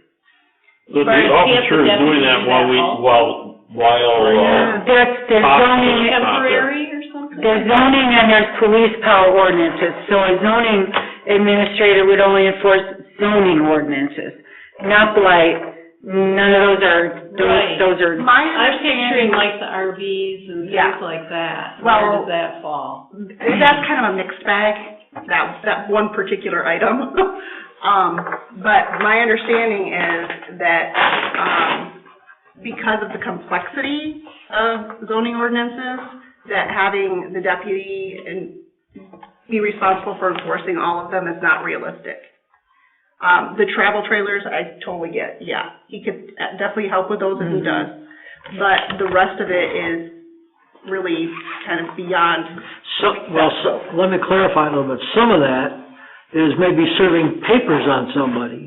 Correct, yes. And the officer can serve papers. Yes.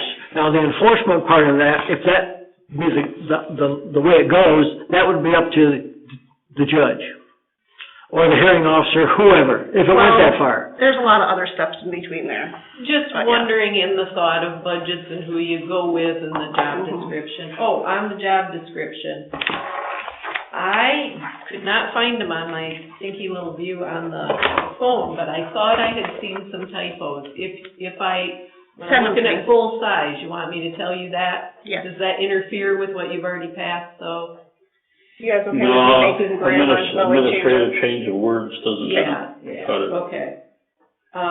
You also dropped the February 10th meeting, and you replaced it with the 2nd, I think you said? Right. But what I'm wondering, might not matter now, if it's good to keep that date as a backup in case the one meeting runs long, or if there's another issue that you need to address. I'm just throwing it out. Budget season off, take extra meetings. I think the budget should go fairly smoothly. Okay. We're doing pretty much what we did last year. It's the outliers is gonna be the inflation and energy. So I don't think that we're gonna, we got elections that we're adding in there, and we got the ARPA stuff we're gonna add in there, but I should get it out really quick where everyone's gonna have a chance to find the areas that they wanna talk about, and then we should be able to focus just on the issues instead of everything, line item by line item. We should be able to walk down each section of it and pick out what's in the section that we need to look at. Okay. I think we did that last year, and I think that worked out real well, because we could go through it pretty quickly because everybody already reviewed it. Right. Okay, on another note, back to the ZA and advertising for it, and there were several places you were talking about. There is a list that Catherine gave, and maybe a simple phone call first might save some of the advertising dollars if you were to find somebody Ken has to it. be talking about. Ken has it. Just a thought on that. Most of that stuff was contract type people that, would be high dollar type stuff, and I think we're looking for somebody local that, is like 10 hours a week instead of, I think a couple of those wanted everything. They wanted to be a zoning administrator and the whole. Did you call it? Which, that might go on there, that might not be a bad idea. Yeah, it might not be. That might not be something bad for this board to consider at a future date. Okay. And as for the board tables, I do think it's much deeper than it needs to be. I like having all the electronics hidden, personally. I agree with the safety issue. Somebody could wheel right off of that, too. I would say the main purpose of this room, when it was built, was obviously for board meetings, but the elections is a big deal. More than renting the space, I think the elections is a big deal. And those, I wouldn't want to be moving around either. Oh, my goodness. So, they're horrible. 2 cents Ruth and I on hurt that. ourselves. Oh, just so nobody gets mad at each other. There will always be a healthy tension between spenders and savers. It happens in marriages, every other group. But it isn't personal, it's philosophical. So, I guess that's... Well, Karen, I do want to say one thing, is that Tasha has given our deputy sheriff the authority to act on behalf of her for all zoning issues. And that's what I thought. What? I don't think she can do that. She can. Yeah, we've been doing some of the stuff for her. We go out and do the investigations, and we give her pictures and. There's a lot more to all of it, but yes. Yeah. But one way or another, if you're paying somebody, you do have somebody that you're already paying 40 hours, right. So use that as much as possible, but then, there's gonna be certain things. The initial letters and everything have to come from the zoning administrator, really, so there's. And the permits and all the other things the zoning person does. To me, it's like if it's zoning. Julie, you're the last one. You got a public comment? What's that? No, I gave my comment about your table, yes. Well, you voted. Second meeting. And I told you about Bloomingdale, you gotta work that out, she was getting chaotic service.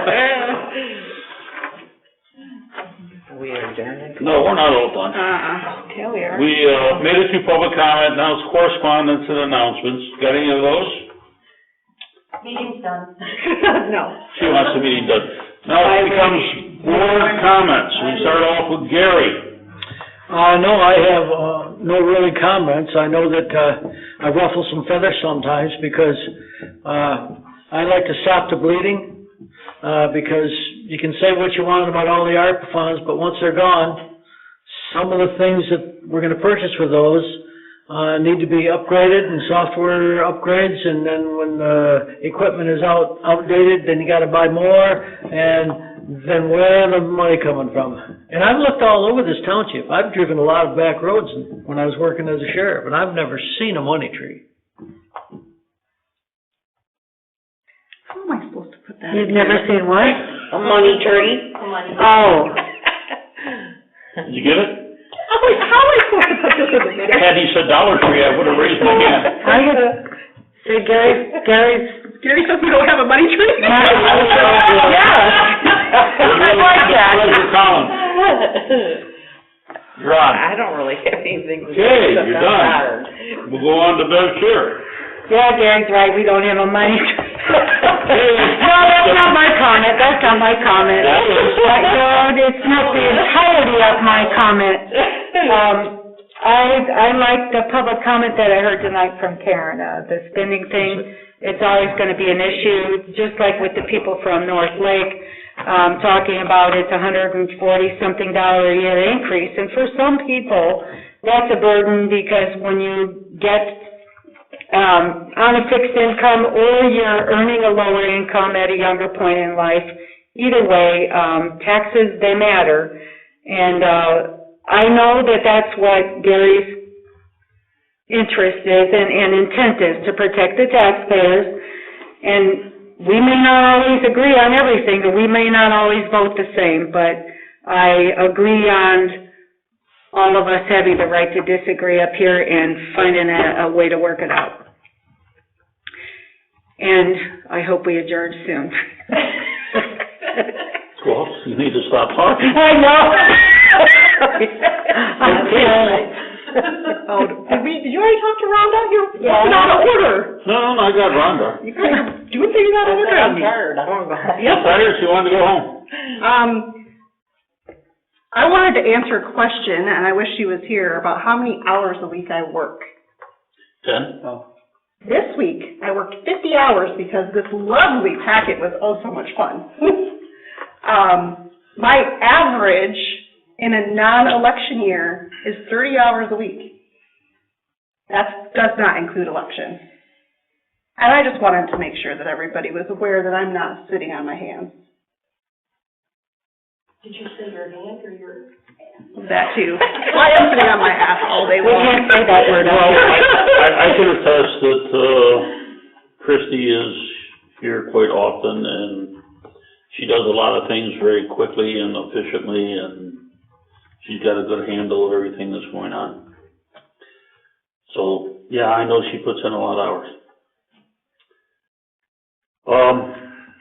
Tonight. Are we adjourned? No, we're gonna adjourn real quick, but I just wanna say that we have to be able to honestly talk amongst each other with our honest opinions to be a good board. And we need to sometimes step back and take a breather and think about what we're doing, and we always have the next board meeting. Government is not supposed to work real fast. It's supposed to work real slow so that you get the right decision. So far, we're doing very well, I think. I think we're probably achieving a better board than what we've had in the past. We may not be the greatest board yet, but I still want to achieve that objective. So we got to work together. I'll help in any way I can.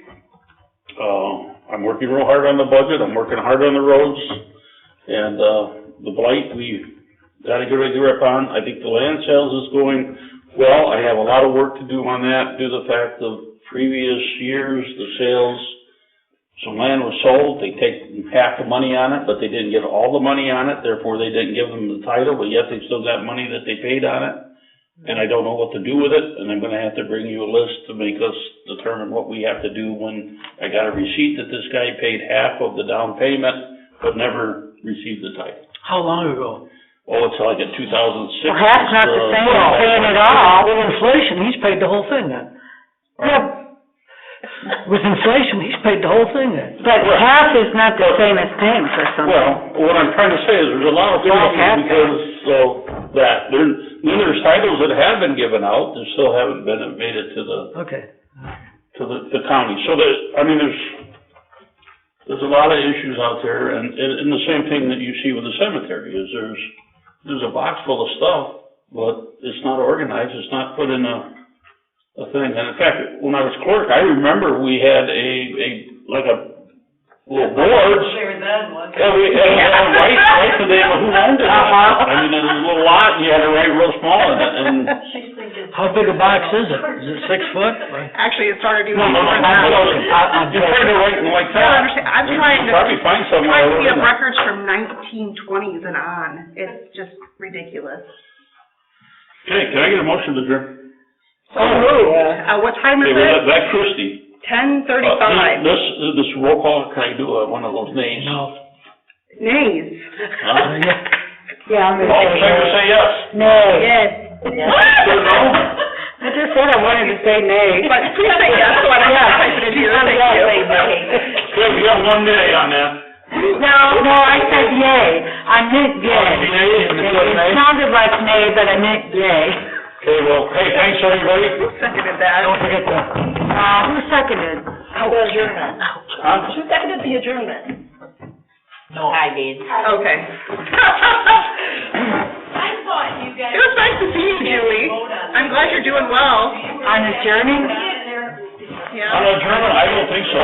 You have to record the time of what is adjourned, so that's 11:35. Still not working. Is it 11? Is it 11? 10. 10. I go and Very good. another MRI. See how things are going, yeah. The first one did show that I had a brain, so no. Well, that's good. Oh, I had an MRI and found out I had a brain too. That is good. Yeah, so, they'll tell me if the swelling is all gone and if the brain starts recapturing its space. Then they'll tell me if the other 3 tumors have changed at all. Well, I hope they haven't. If it's anything, I hope they shrink. How's that? It's good.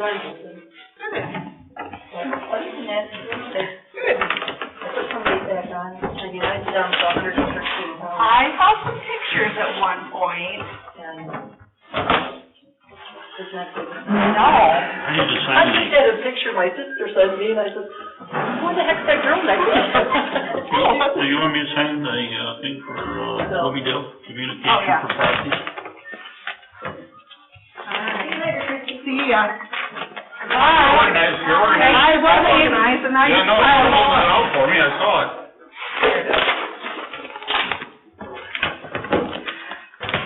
Sorry, I ate an orange during the meeting, I couldn't wait anymore. Alright. Whose address do they want on here? It doesn't matter. The phone number. I think it should be yours, you should be, Sure, that's fine. don't you think? I don't even care. I'm gonna, go pee. Your mic is still on. It may not be Yeah. recording. It is recording still. You know worse than I do? I was headed that way. Go ahead. Jake. I'm waiting in first. I was gonna say, I might do that too.